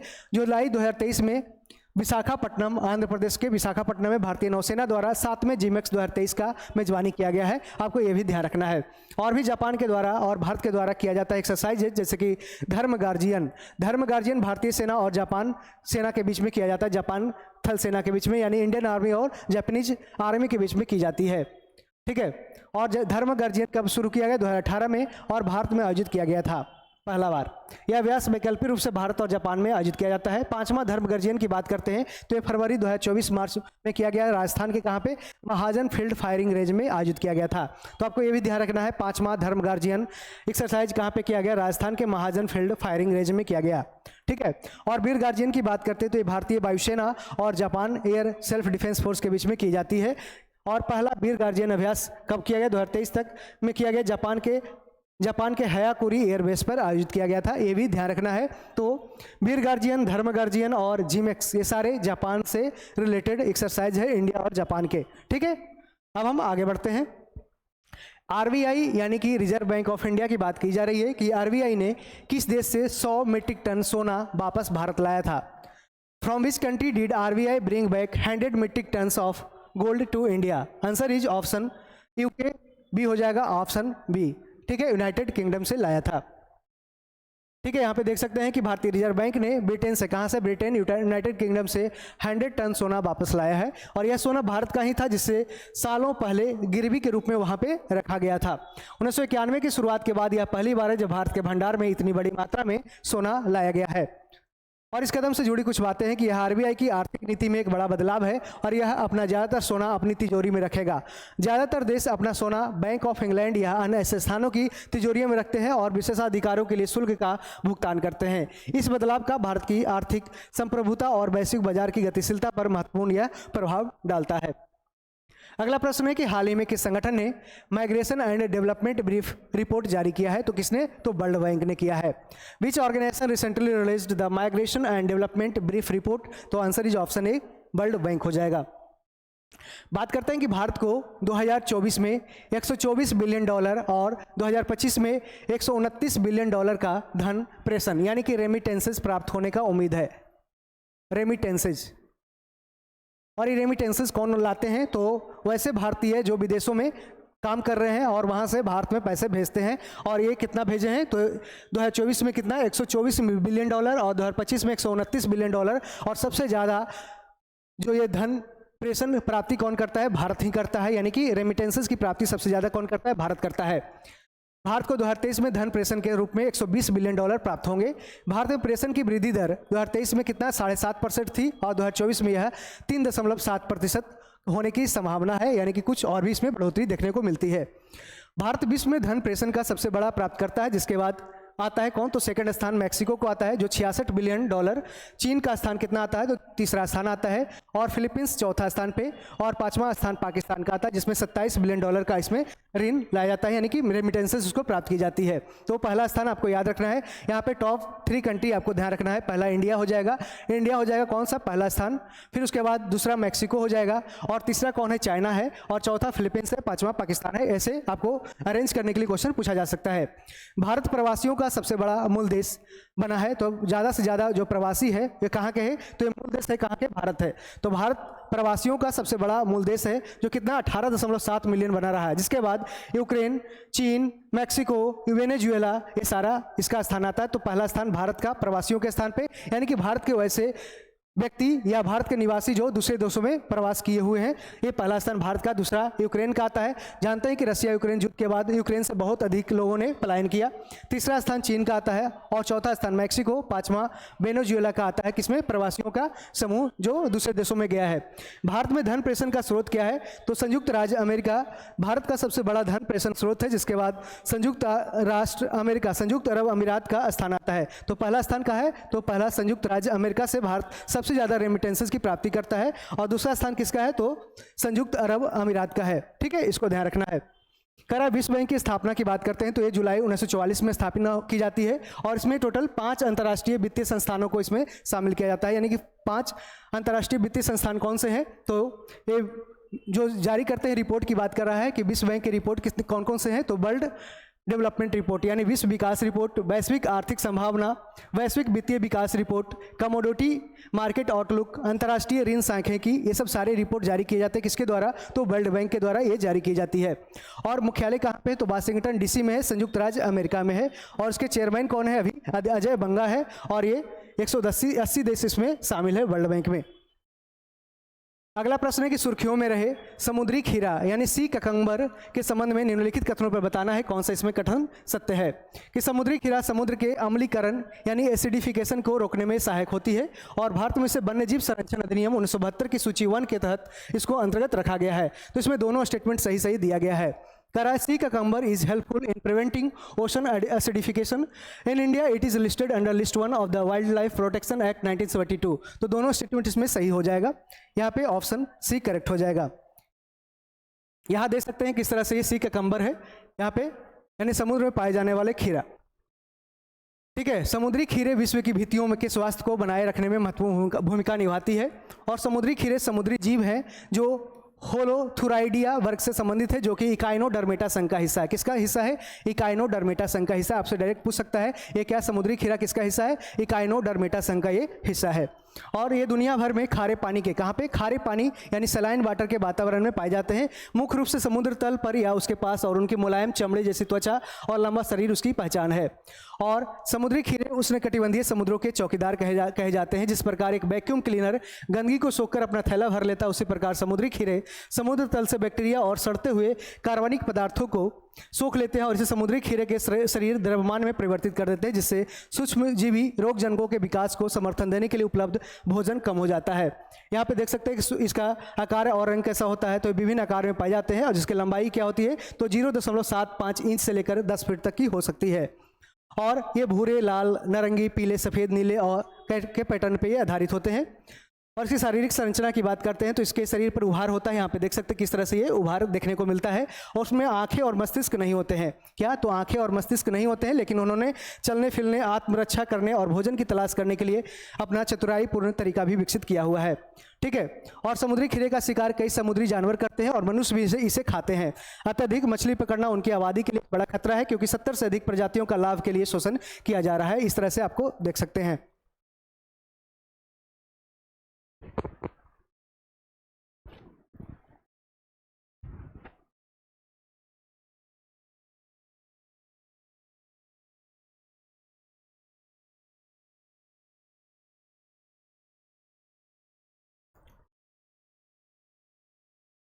अगला प्रश्न है कि हाल ही में मंगल ग्रह पर 3 नए क्रेटर्स खोजे गए, बिहार के किस कस्बे के नाम पर इन क्रेटर्स में एक का नाम रखा गया है। तो इसमें क्या है, तो हिल्सा है। जानते हैं कि नालंदा जिला में हिल्सा एक जगह है, एक शहर है, उसी के नाम पे इसका नाम रखा गया है। यहाँ पे देख सकते हैं इमेज में, यहाँ पे हिल्सा है, लाल है और मोरसान है। करा कि PRL के निदेशक अनिल भारद्वाज ने बताया कि PRL की सिफारिश पर ही ग्रह प्रणाली नामकरण के लिए अंतर्राष्ट्रीय खगोलीय संघ यानी कि इंटरनेशनल एस्ट्रोनॉमिकल यूनियन कार्यसमूह ने 5 जून को इन क्रेटरों को लाल क्रेटर, मोरसान क्रेटर और हिल्सा क्रेटर नाम देने को मंजूरी प्रदान की है। मंगल ग्रह की सतह पर हाल ही में खोजे गए 3 क्रेटर का नाम रखा गया क्या? तो प्रसिद्ध ब्रह्मांडीय किरण, भौतिकी विज्ञान स्वर्गीय देवेंद्र लाल और उत्तर भारत के मोरसान और हिल्सा शहरों का नाम रखा गया है। यहाँ देख सकते हैं ये कौन से ग्रह पे? तो ये मार्स ग्रह पे है, मंगल ग्रह पे। ठीक है, आपको ये ध्यान रखना है। हाल ही में किस देश ने अपनी पहली अंतरिक्ष एजेंसी लॉन्च किया और 2045 तक मंगल ग्रह पर लैंडिंग करने की योजना बनाई है? Recently which country has launched its first space agency and plans to land on Mars by 2045? Answer is option B, South Korea हो जाएगा। यहाँ पे देख सकते हैं कि दक्षिण कोरिया ने अपनी पहली अंतरिक्ष agency Korea aerospace administration launch किया है और 2045 तक, कब? 2045 तक मंगल ग्रह पर उतारने की योजना बनाई है। दक्षिण कोरिया के राष्ट्रपति यू सुक योल ने कहा है कि इस मिशन के लिए 100 ट्रिलियन वॉन खर्च किए जाएंगे, यानी कि लगभग 72.6 बिलियन डॉलर की खर्च की जाएगी। और दक्षिण कोरिया ने मई 2023 में नूरी रॉकेट लॉन्च करके अपना अंतरिक्ष प्रक्षेपण यान और उपग्रह विकास तकनीक हासिल किया है। आपको यह ध्यान रखना है कि नूरी रॉकेट किसके द्वारा लॉन्च किया गया? तो ये साउथ कोरिया के द्वारा। और दक्षिण कोरिया 2027 तक कम से कम 3 और अंतरिक्ष प्रक्षेपण करने की योजना ये बना रहा है। दक्षिण कोरिया की योजना 2032 में अपना पहला चंद्र लैंडर भेजने का भी है। भारत के द्वारा मंगलयान भेजा गया था मंगल ग्रह पे, कब? तो ये लॉन्च किया गया था 5 नवंबर 2013 को। कब? 5 नवंबर 2013 को ये लॉन्च किया गया था। और ये मार्स के ऑर्बिट में पहुंचता कब है? तो ये पहुंचता है कब? तो 24 सितंबर 2014 को पहुंचता है, 24 सितंबर 2014 को। और उसमें टोटल खर्च कितना आता है? 450 करोड़ रुपया आता है। कुल दूरी कितना तय किया? तो 65 करोड़ किलोमीटर के आसपास ये दूरी तय करती है। और हर भारतीय पर खर्च अनुमान लगाते हैं तो 4 रुपया में ये आता है। ठीक है, और 11.5 रुपये प्रति किलोमीटर की दर से ये खर्च दिखाई जाती है। तो काफ़ी किफ़ायती दर से ये पहुँच जाता है मंगलयान। अगला प्रश्न है कि हाल ही में अलास्का में आयोजित रेड फ्लैग 24 अभ्यास का प्राथमिक उद्देश्य क्या है? तो इसका प्राथमिक उद्देश्य क्या है? तो उन्नत हवाई युद्ध प्रशिक्षण के माध्यम से बहुराष्ट्रीय वातावरण में वायुसैनिक दल को एकीकृत करना, यानी कि integrating airmen in a multinational environment through advanced air combat training. यहाँ पे देख सकते हैं कहाँ पे आयोजित किया गया। तो यहाँ देख सकते हैं Indian air force contingent arrives at Eielson air force base in Alaska for multinational exercise red flag 24। यहाँ पे इसका आयोजन कहाँ किया गया? अमेरिका में किया जाता है। 2024 में 2 रेड फ्लैग अभ्यास होंगे, एक अलास्का में और दूसरा क्या? तो अमेरिका के दूसरा शहर क्या? नेवादा में आयोजित की जाएगी। और यहाँ देख सकते हैं कि रेड फ्लैग अभ्यास यथार्थवादी युद्ध परिदृश्यों का अनुकरण करने और भाग लेने वाली इकाइयों की युद्ध तत्परता में सुधार करने के लिए डिजाइन किया गया है। ठीक है, अभ्यास में कई बल शामिल होते हैं जिसमें रेड फोर्स वायु रक्षा का अनुकरण करती है और ब्लू फोर्स क्या करती है? तो समग्र तत्वों का अनुकरण करती है। कौन? ये ब्लू फोर्स आक्रामक समग्र तत्वों का अनुकरण करती है। अगला प्रश्न, हाल ही में किस चिकित्सा संस्थान ने WHO यानी वर्ल्ड हेल्थ ऑर्गेनाइजेशन के द्वारा स्वास्थ्य संवर्धन के लिए 2024 नेल्सन मंडेला पुरस्कार जीता है? तो इसका आंसर ऑप्शन ए हो जाएगा, NIMHANS Bengaluru. Recently which medical institution has won the 2024 national Mandela prize for health promotion by WHO? Option A is correct, NIMHANS Bangalore. यहाँ देख सकते हैं कि विश्व स्वास्थ्य संगठन 2024 के द्वारा 2024 के लिए स्वास्थ्य संवर्धन के लिए निमहांस को नेल्सन मंडेला पुरस्कार से सम्मानित किया गया। उस समय केंद्रीय स्वास्थ्य मंत्री कौन थे? डॉक्टर मनसुख मंडाविया। अभी वर्तमान में कौन है? तो ये नड्डा है, JP नड्डा है ने। ठीक है, इसको ध्यान रखना है। अब हम आगे बढ़ते हैं। हाल ही में किस संगठन ने संयुक्त रूप से PhD छात्रों के लिए बिमरेन पहल शुरू किया है? तो किसने किया है? तो विदेश मंत्रालय और बंगाल की खाड़ी कार्यक्रम अंतर सरकारी संगठन, यानी ऑप्शन बी करेक्ट हो जाएगा। रिसेंटली विच ऑर्गेनाइजेशन है jointly launched BIMReN initiative for PhD students? Option B is correct, ministry of external affairs and bay of Bengal programme intergovernmental organisation. Option B is correct हो जाएगा। ठीक है, तो भारत सरकार ने बिमस्टेक भारत समुद्री अनुसंधान लॉन्च किया है। भारत सरकार ने बिमस्टेक देशों के PhD छात्रों को भारत में डॉक्टरेट अनुसंधान करने में सक्षम बनाने के लिए बिमरेन यानी बिमस्टेक भारत समुद्री अनुसंधान नेटवर्क का शुभारंभ किया है। ठीक है, हाल ही के सरकारी आंकड़ों के अनुसार भारत को 2023-24 में किस देश से सबसे अधिक FDI यानी फॉरेन डायरेक्ट इन्वेस्टमेंट प्राप्ति की गई है? According to new statistics of government, India received maximum FDI in 2023-24 from which country? तो answer is option B, Singapore हो जाएगा। कराए सरकारी आंकड़ों के मुताबिक भारत को 2023-24 में सिंगापुर से सबसे ज़्यादा प्रत्यक्ष विदेशी निवेश यानी एफडीआई मिला है। हालांकि वैश्विक आर्थिक अनिश्चितताओं के कारण देश में विदेशी निवेश में कितना गिरावट हुई है, तो 3.5 की गिरावट हुई है। ये आपको स्टेटमेंट याद रखना है कितना, तो 3.5% की गिरावट दर्ज की गई थी। ठीक है, हालांकि सबसे ज़्यादा कहाँ से, सिंगापुर से प्राप्त की गई है। ठीक है, एफडीआई सिंगापुर से एफडीआई में आई गिरावट के बावजूद भारत ने उस देश से सबसे ज़्यादा निवेश आकर्षित किया। 2018-19 से ही सिंगापुर भारत के लिए एफडीआई का सबसे बड़ा स्रोत भी रहा है और भारत में सेवा क्षेत्र ने सबसे ज़्यादा एफडीआई को आकर्षित किया है। यह क्षेत्र भारत की कीमत में प्रमुख नहीं है, लेकिन इसने विदेशी निवेश को आकर्षित किया है और रोजगार के बड़े पैमाने पर भी मौका प्रदान किया है। यहाँ पे देख सकते हैं, हाल ही में क्लॉडिया शिएनबाम को किस देश की पहली महिला राष्ट्रपति के रूप में चुना गया है, तो कहाँ, ये इसका आंसर हो जाएगा मैक्सिको हो जाएगा।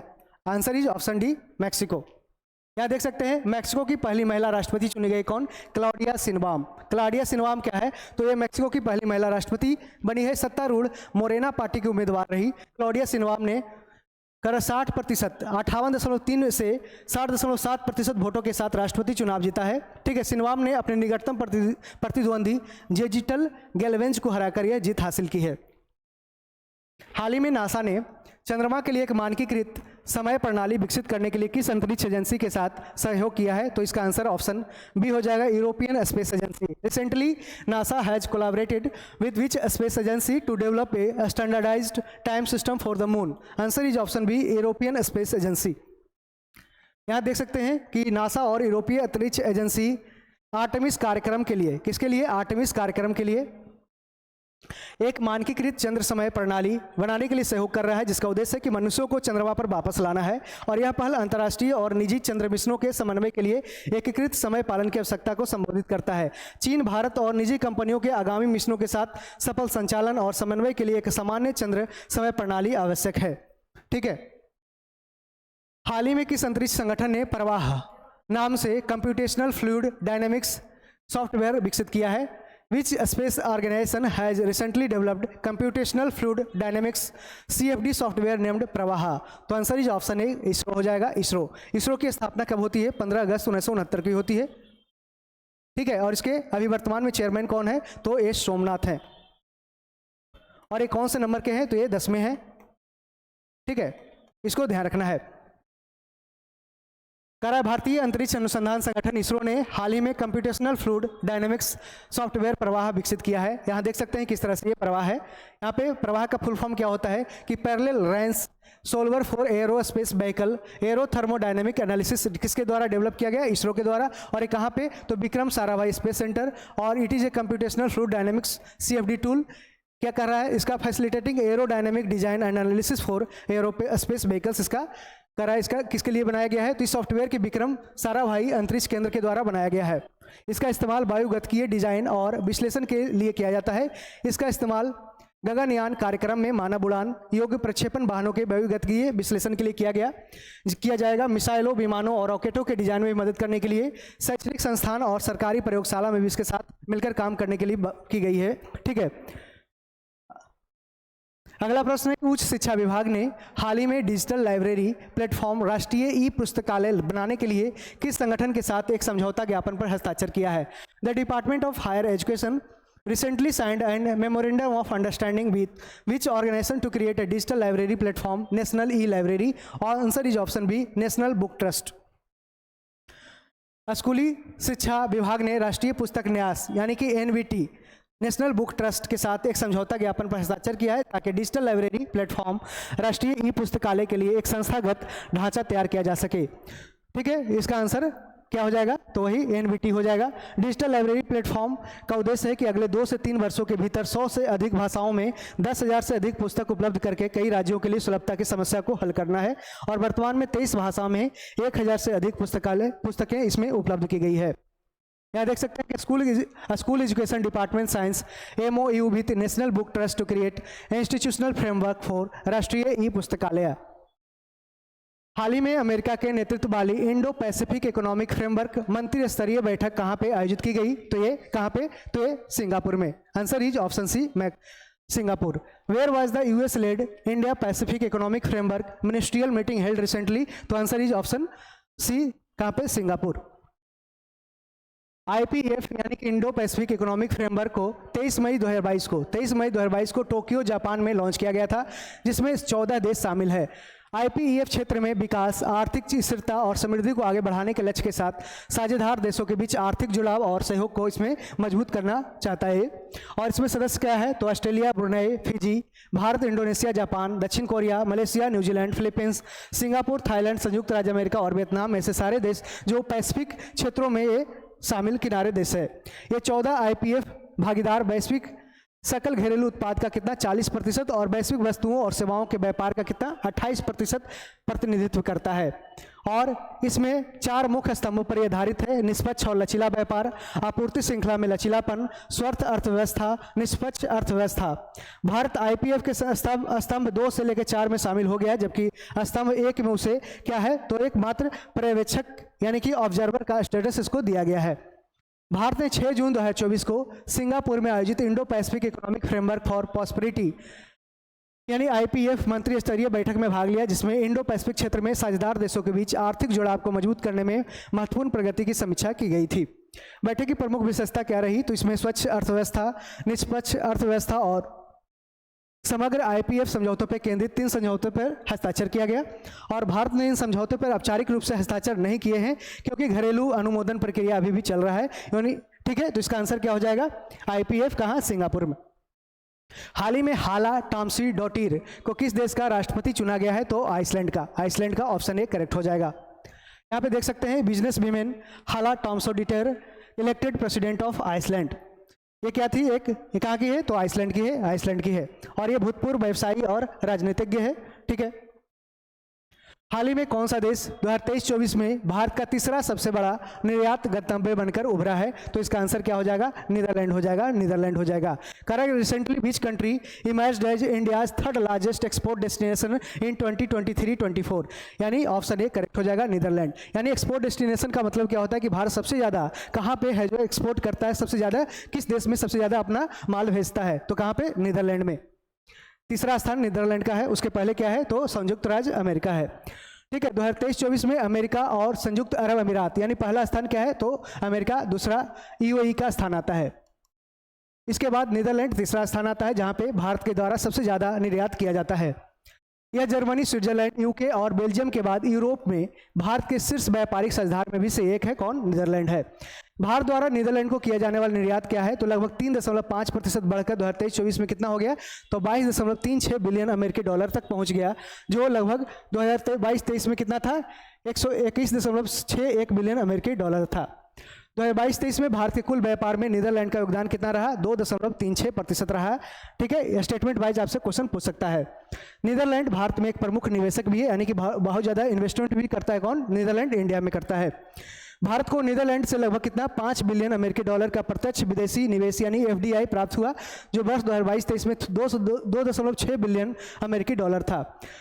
नीदरलैंड की बात करते हैं तो यहाँ पे देख सकते हैं नीदरलैंड है, और ये एम्स्टर्डम इसकी राजधानी है, और उत्तर और पश्चिम में उत्तरी सागर है, क्या है, नॉर्थ सी है।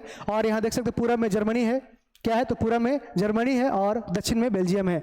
यहाँ पे क्या है, तो पूरब में इधर जर्मनी है, और फिर क्या है, तो ये दक्षिण में बेल्जियम है, और राजधानी क्या है, एम्स्टर्डम है, और सरकार की सीट कहाँ है, द हेग में है, ठीक है। और सरकार का स्वरूप यहाँ पे क्या है, संसदीय प्रणाली के साथ संवैधानिक राजतंत्र है, और इसकी प्रमुख नदियाँ जो बहती है नीदरलैंड में राइन है, म्यूज है और सिल्डट है, ठीक है। हाल ही में किसे हिंदी साहित्य भारती पुरस्कार 2024 प्राप्त दिया गया, तो recently who won the Hindi Sahitya Bharati award 2024, तो answer is option C, Krishna Prakash हो जाएगा। मुंबई के सुपर कॉप कृष्ण प्रकाश को साल 2024 में हिंदी साहित्य भारती पुरस्कार से सम्मानित किया गया, और कृष्ण प्रकाश ने इस उत्सव की संकल्पना में अहम भूमिका निभाई है। उन्होंने कहा कि भगवान राम की शिक्षाएं शक्ति और ज्ञान का भंडार है। साहित्य के क्षेत्र में और भी उदाहरण पुरस्कार है, जैसे कि साहित्य अकादमी पुरस्कार। यह पुरस्कार साहित्य अकादमी देता है, जो साल 2024 में मैथिली साहित्य की युवा कवयित्री रिंकी झा को उनके कविता संग्रह नदी घाटी सभ्यता के लिए साहित्य अकादमी युवा पुरस्कार से सम्मानित किया गया, ठीक है। और वरिष्ठ कवि और कथाकार डॉक्टर नारायण जी को उनके बाल्य कथा संग्रह अनार के लिए साहित्य अकादमी बाल पुरस्कार से भी सम्मानित किया गया। ज्ञानपीठ पुरस्कार की बात करते हैं तो यह भारत का सबसे बड़ा साहित्यिक सम्मान है। कौन? ज्ञानपीठ पुरस्कार। हाल ही में समाचारों में देखा गया टी कोरोना बोरेलिस, TCRB क्या है? तो क्या है? एक तारा है, तारा है टी कोरोना बोरेलिस। यहाँ देख सकते हैं किस तरह से ये तारा है। एक ऐसा तारा है जो 1940 के दशक से नंगी आंखों से नहीं देखा गया है, ठीक है। और इस साल हमारे रात्रि आकाश में कुछ पल के लिए दिखाई देगा। प्रकाश का यह चमकीला बिंदु एक विस्फोट का प्रभाव है, जिसे क्या कहते हैं? नोवा कहते हैं। तो जानते हैं कि जो तारों में विस्फोट होता है उसे क्या कहते हैं? सुपरनोवा कहते हैं, ठीक है। जो टी कोरोना बोरेलिस यानी TCRB नामक एक तारा प्रणाली से आता है। TCRB ने खगोलविदों की कई पीढ़ियों को आकर्षित किया है, जिन्होंने इस तारे का पता लगाया है। ऐतिहासिक अभिलेख पढ़ रहे हैं।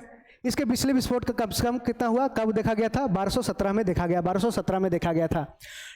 TCRB का विस्फोट लगभग हर 8 दशक में एक बार होता है, ठीक है। और आखिरी विस्फोट कब? 1946 में दर्ज किया गया था, ठीक है। अगला विस्फोट अभी से सितंबर के बीच में होने की उम्मीद है, ठीक है। हाल ही में खबरों में रहा सत्यमंगलम टाइगर रिजर्व किस राज्य में स्थित है? तो ये तमिलनाडु में है। कहाँ पे? तमिलनाडु में है। यहाँ देख सकते हैं तमिलनाडु के ईरोड डिस्ट्रिक्ट में। तमिलनाडु के कहाँ पे? ईरोड डिस्ट्रिक्ट में है ये सत्यमंगलम टाइगर रिजर्व है। हाल ही में खबरों में रहा माउंट कनलाओन किस देश में स्थित है? माउंट कनलाओन ये फिलीपींस में है। कहाँ पे? फिलीपींस में है। और फिलीपींस की राजधानी कहाँ है? तो मनीला है, मनीला। यहाँ देख सकते हैं कि लार्जेस्ट वोल्केनिक इरप्शन हुआ था कहाँ पे? कनलाओन में हुआ था, जो फिलीपींस में है। हाल ही में समाचारों में दिखी गई मिनुटमैन 3 अंतर्महाद्वीपीय बैलिस्टिक मिसाइल यानी ICBM इंटरकॉन्टिनेंटल बैलिस्टिक मिसाइल किस देश द्वारा विकसित की गई है? तो ये अमेरिका के द्वारा। ऑप्शन ए करेक्ट हो जाएगा। मिनुटमैन किसके द्वारा? तो ये अमेरिका के द्वारा। मिनुटमैन 2 एक अंतर्महाद्वीपीय बैलिस्टिक मिसाइल है, जिसे किसके द्वारा? अमेरिका के द्वारा लॉन्च किया गया है, ठीक है। किसकी है? तो संयुक्त राज्य अमेरिका का है। इस तरह से देख सकते हैं कि इस तरह से एक कंटिनेंट से दूसरे कंटिनेंट पे भी वार करने में ये सक्षम है, ठीक है। विश्व खाद्य सुरक्षा दिवस 2024 का विषय क्या है? What is the theme of world food safety day 2024? तो इसका आंसर ऑप्शन ए हो जाएगा, खाद्य सुरक्षा अप्रत्याशित के लिए तैयार रहे, यानी be prepared for the unexpected. Option A is correct हो जाएगा। विश्व खाद्य सुरक्षा दिवस कब मनाया जाता है? तो ये 7 जून को मनाया जाता है। और इसका उद्देश्य खाद्य सुरक्षा के महत्व को बढ़ाना और भोजन संबंधी जोखिमों को रोकने, पता लगाने और प्रबंधित करने के लिए भी कार्रवाई को प्रोत्साहित करता है। यह दिन खाद्य सुरक्षा की महत्वपूर्ण भूमिका को हाईलाइट करता है, जिससे सुनिश्चित होता है कि सभी को सुरक्षित, पौष्टिक और पर्याप्त खाद्य की पहुंच प्रदान हो। विश्व खाद्य सुरक्षा दिवस की विचारधारा की प्रस्तावना प्रारंभ में 2016 में संयुक्त राष्ट्र ने किया था। UN ने अपने 2 एजेंसियों खाद्य और कृषि संगठन यानी फूड एंड एग्रीकल्चर ऑर्गेनाइजेशन और विश्व स्वास्थ्य संगठन WHO को विश्व स्तर पर खाद्य सुरक्षा को सहयोग और बढ़ावा देने का काम सौंपा था। 2018 में यह निर्णय लिया गया कि 7 जून को विश्व खाद्य दिवस के रूप में, विश्व खाद्य सुरक्षा दिवस के रूप में घोषित किया जाना चाहिए। और विश्व स्वास्थ्य सेवा ने आधिकारिक रूप से 3 अगस्त 2020 को खाद्य सुरक्षा के महत्व को मान्यता देने के लिए एक प्रस्ताव पारित किया था। विश्व खाद्य सुरक्षा दिवस 2024 का थीम भी याद रखना है कि खाद्य सुरक्षा अनअपेक्षित के लिए, यानी कि food safety prepare for the unexpected. WHO के अनुसार इस वर्ष की थीम खाद्य सुरक्षा के प्रति सचेत रहने के महत्व को यह बतलाती है, ठीक है। पेन प्रिंटर पुरस्कार 2024 से किसे सम्मानित किया गया? तो अरुंधति राय को। अरुंधति राय को पेन प्रिंटर पुरस्कार 2024 दिया गया। अरुंधति राय को उनके अडिग और अडिग, ठीक है, याद रखना है, अडिग और अडिग लेखन के लिए 2024 का पेन प्रिंटर पुरस्कार प्रदान किया गया, ठीक है। और पुरस्कार समारोह 10 अक्टूबर 2024 को ब्रिटिश लाइब्रेरी में आयोजित किया जाएगा, जहां ये अरुंधति राय भाषण देगी, ठीक है। पेन प्रिंटर पुरस्कार प्रति वर्ष किसी ऐसे लेखक को दिया जाता है जो यूनाइटेड किंगडम, आयरलैंड गणराज्य, राष्ट्रमंडल या किसी पूर्व राष्ट्रमंडल देश में रहता हो। यह पुरस्कार उन लेखकों को सम्मानित करता है जिनमें उत्कृष्ट साहित्यिक योग्यता होती है और जो दुनिया को अविचलित दृष्टि से देखते हैं, ठीक है। इसकी स्थापना क्यों की गई? तो इसका यह पुरस्कार नोबेल पुरस्कार विजेता नाटककार हेरोल्ड पिंटर की स्मृति में सम्मान देने के लिए 2009 में चैरिटी संस्था इंग्लिश पेन के द्वारा स्थापित किया गया था। पल्लीकरनई मार्शलैंड जो हाल ही में समाचारों में देखा गया, किस राज्य में स्थित है? तो ये तमिलनाडु में है। कहाँ पे? तमिलनाडु में पल्लीकरनई मार्शलैंड है। यहाँ पे देख सकते हैं कि कहाँ पे है? तमिलनाडु में पल्लीकरनई मार्श रिजर्व फॉरेस्ट को रामसर साइट घोषित किया गया। रामसर साइट एक आर्द्रभूमि साइट है जिसे रामसर कन्वेंशन के तहत अंतर्राष्ट्रीय महत्व का माना जाता है और जो यूनेस्को द्वारा 1971 में स्थापित एक इंटर गवर्नमेंटल इन्वायरमेंटल ये क्या है? ट्रीटी है। और आपको ध्यान रखना है कि भारत में टोटल क्या है? तो 85 वेटलैंड्स है, यानी कि 85 क्या है, तो रामसर साइट है।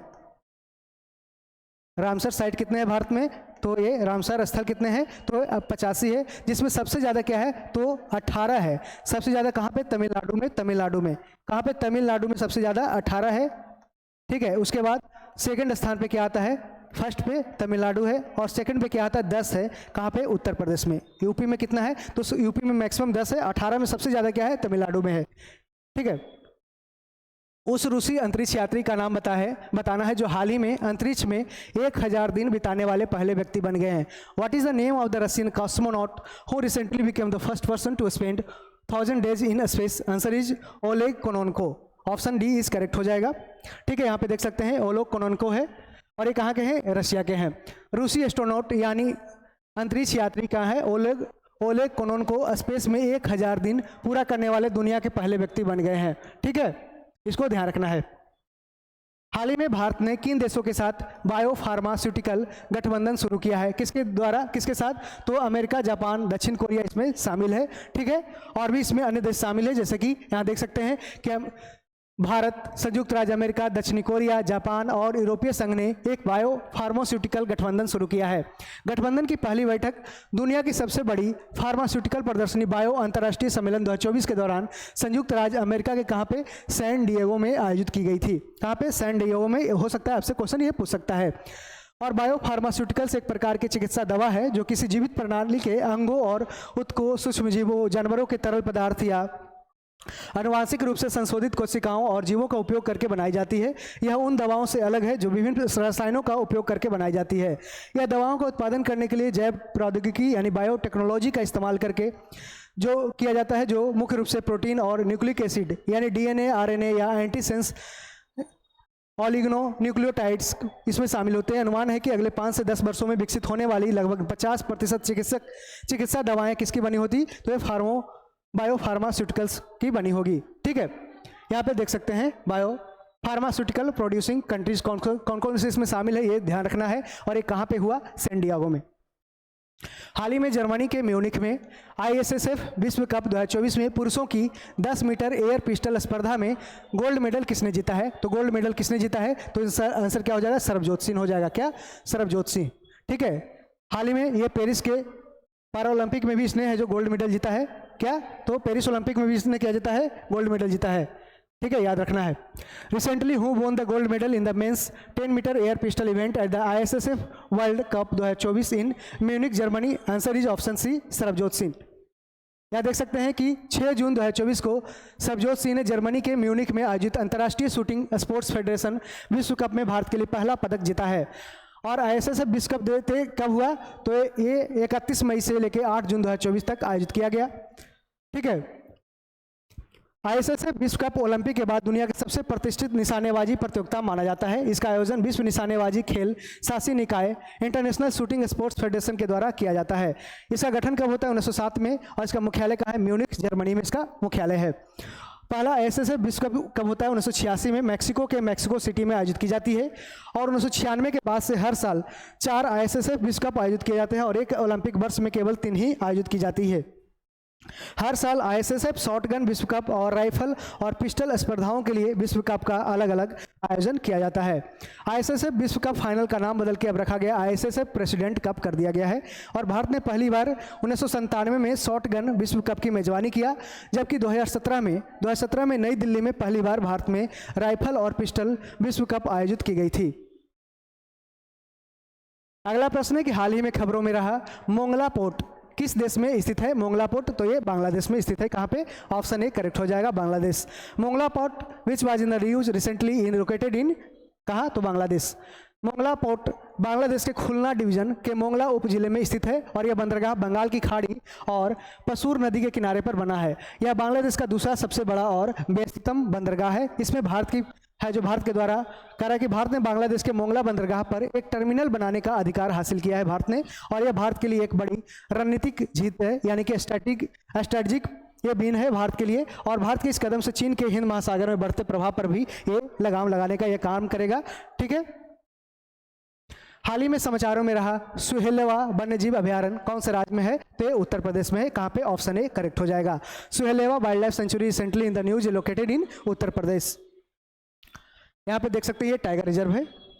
हाल ही में खबरों में रहा चिपचिपी मुद्रास्फीति, जिसे बोलते हैं क्या,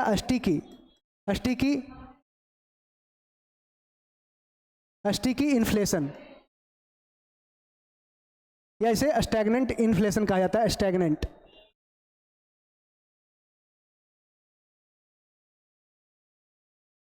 इसमें क्या होता है कि एक ऐसी घटना है जिसमें कीमतें आपूर्ति और मांग में परिवर्तन के अनुसार शीघ्र समायोजित नहीं होती, यानी कि जैसे ही अचानक या मांग बढ़ गया या फिर अचानक से सप्लाई रुक गया, जिस कारण से क्या होता है प्राइस में कोई भी अचानक से जल्दी बदलाव या उसमें समाहित नहीं होता है।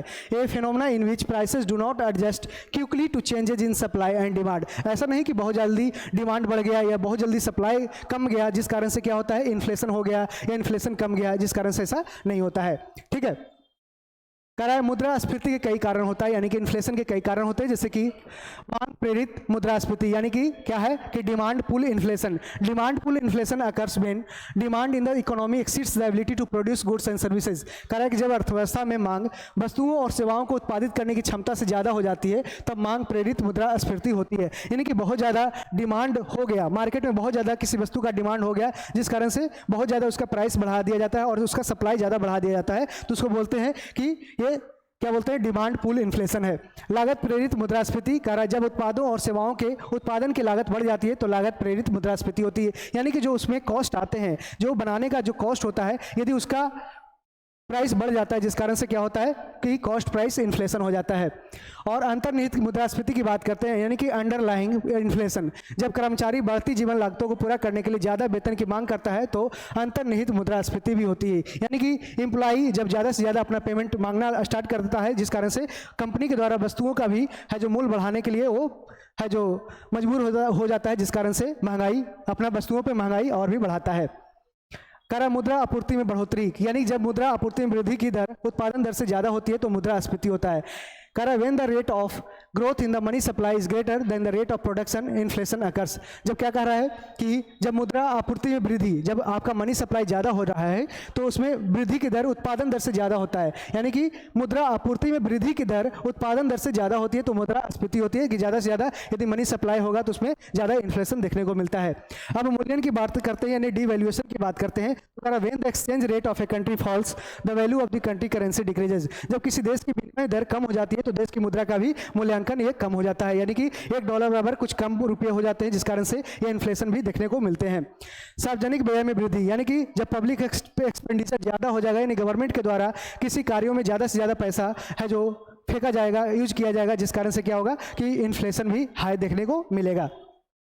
जमाखोरी भी, जिसके कारण होर्डिंग होता है। जमाखोरी में कि यदि वस्तुओं का, जैसे कभी कभी देखे होंगे कभी प्याज का दाम अचानक से मार्केट में बढ़ जाता है, किस कारण से बढ़ता है तो उसका जमाखोरी के कारण। जमाखोरी के कारण क्या होता है कि मार्केट में सप्लाई रुक जाता है, जिस कारण से सप्लाई जब रुक जाता है तो मार्केट में अचानक से इसका सप्लाई को पूरी करने के लिए जब ये धीरे धीरे यहाँ से निकाल के सामान बेचा जाता है तो उसका ये क्या होता है तो प्राइस बढ़ा रहता है, यानी कि प्याज का प्राइस बढ़ जाता है, जिस कारण से इन्फ्लेशन हायर होता है।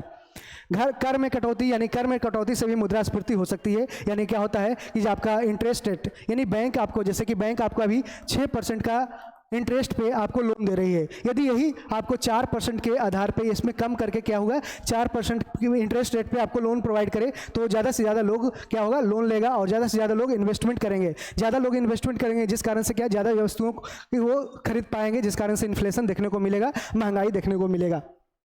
अंतर्राष्ट्रीय बाजारों में मूल्य वृद्धि, तो अंतर्राष्ट्रीय बाजारों में मूल्य वृद्धि से भी मुद्रास्फीति हो सकती है, यानी कि जब इंटरनेशनल मार्केट में ज़्यादा प्राइस बढ़ेगा किसी वस्तुओं का तब भी है जो इन्फ्लेशन देखने को मिल सकता है। तो ऐसे सारे क्राइटेरिया है जो इन्फ्लेशन से रिलेटेड है, आप इसको एक बार अच्छे से पढ़ सकते हैं। हाल ही में भारतीय नौसेना की पहली महिला हेलीकॉप्टर पायलट कौन बनी है तो अनामिका वी राजीव बनी है, ऑप्शन बी हो जाएगा। Who recently became the first female helicopter pilot of Indian Navy, तो answer is option B Anamika V Rajiv. और भी जानते हैं कि यहाँ पे देख सकते हैं कि अनामिका ये राजीव है जो इंडियन नेवी में पहली क्या बनी है महिला हेलीकॉप्टर पायलट बनी है। 1992 तक भारतीय नौसेना ने महिलाओं को नौसेना के मेडिकल विंग में ही काम करने की अनुमति प्रदान की थी, लेकिन बाद में क्या हुआ 1992 में यह नीति बदल गई और महिलाओं को धीरे धीरे भारतीय नौसेना की सभी शाखाओं में भी भर्ती किए जाने लगे। लेफ्टिनेंट दिव्या शर्मा थी जो नई दिल्ली की, और लेफ्टिनेंट सुहांगी स्वरूप तिलहर उत्तर प्रदेश की और लेफ्टिनेंट शिवांगी मुजफ्फरपुर बिहार की भारतीय नौसेना की पहली 3 महिला पायलट बनी थी। उन्होंने 2020 में डोर्नियर विमान पर भारतीय नौसेना के समुद्री टोही मशीन यानी समुद्री पेट्रोलिंग मशीन से ये मिशन से स्नातक की उपाधि प्राप्त की थी। आज तक भारतीय नौसेना द्वारा लड़ाकू विमान के लिए किसी भी महिला पायलट की भर्ती नहीं की गई थी। 2018 में बात करते हैं तो 3 महिला पायलटों मध्य प्रदेश की अवनी चतुर्वेदी, राजस्थान की मोहना सिंह और बिहार की भावना कंठ को भारतीय वायुसेना में लड़ाकू पायलट के रूप में नियुक्त किया गया है। 2018 में अवनी चतुर्वेदी ने अकेले लड़ाकू विमान MiG-21 बाइसन उड़ाने वाली पहली भारतीय महिला पायलट बनकर इतिहास रच दिया था। भारतीय वायुसेना की विंग कमांडर कौन थी? नर्मिता चंडी ने 10 फरवरी 2001 को दुनिया के सबसे ऊंचे युद्ध क्षेत्र सियाचिन के ऊपर से उड़ान भरने वाली पहली महिला पायलट बनी है और वह भारतीय वायुसेना की एक हेलीकॉप्टर पायलट है। तो इस तरह से आप ध्यान रखना है कि 50 क्वेश्चन इसमें दिए गए करंट अफेयर्स का प्रैक्टिस सेट नंबर 3 और इसका PDF यदि आप पाना चाहते हैं तो एडिटोरिया टेलीग्राम चैनल से आप जुड़ सकते हैं। यदि आप बुक खरीदा नहीं है तो आप मार्केट से इसे नियर बाई शॉप से जाकर खरीद सकते हैं या फिर इसका PDF से आप उस पर पढ़ सकते हैं। ठीक है, thank you, all the best.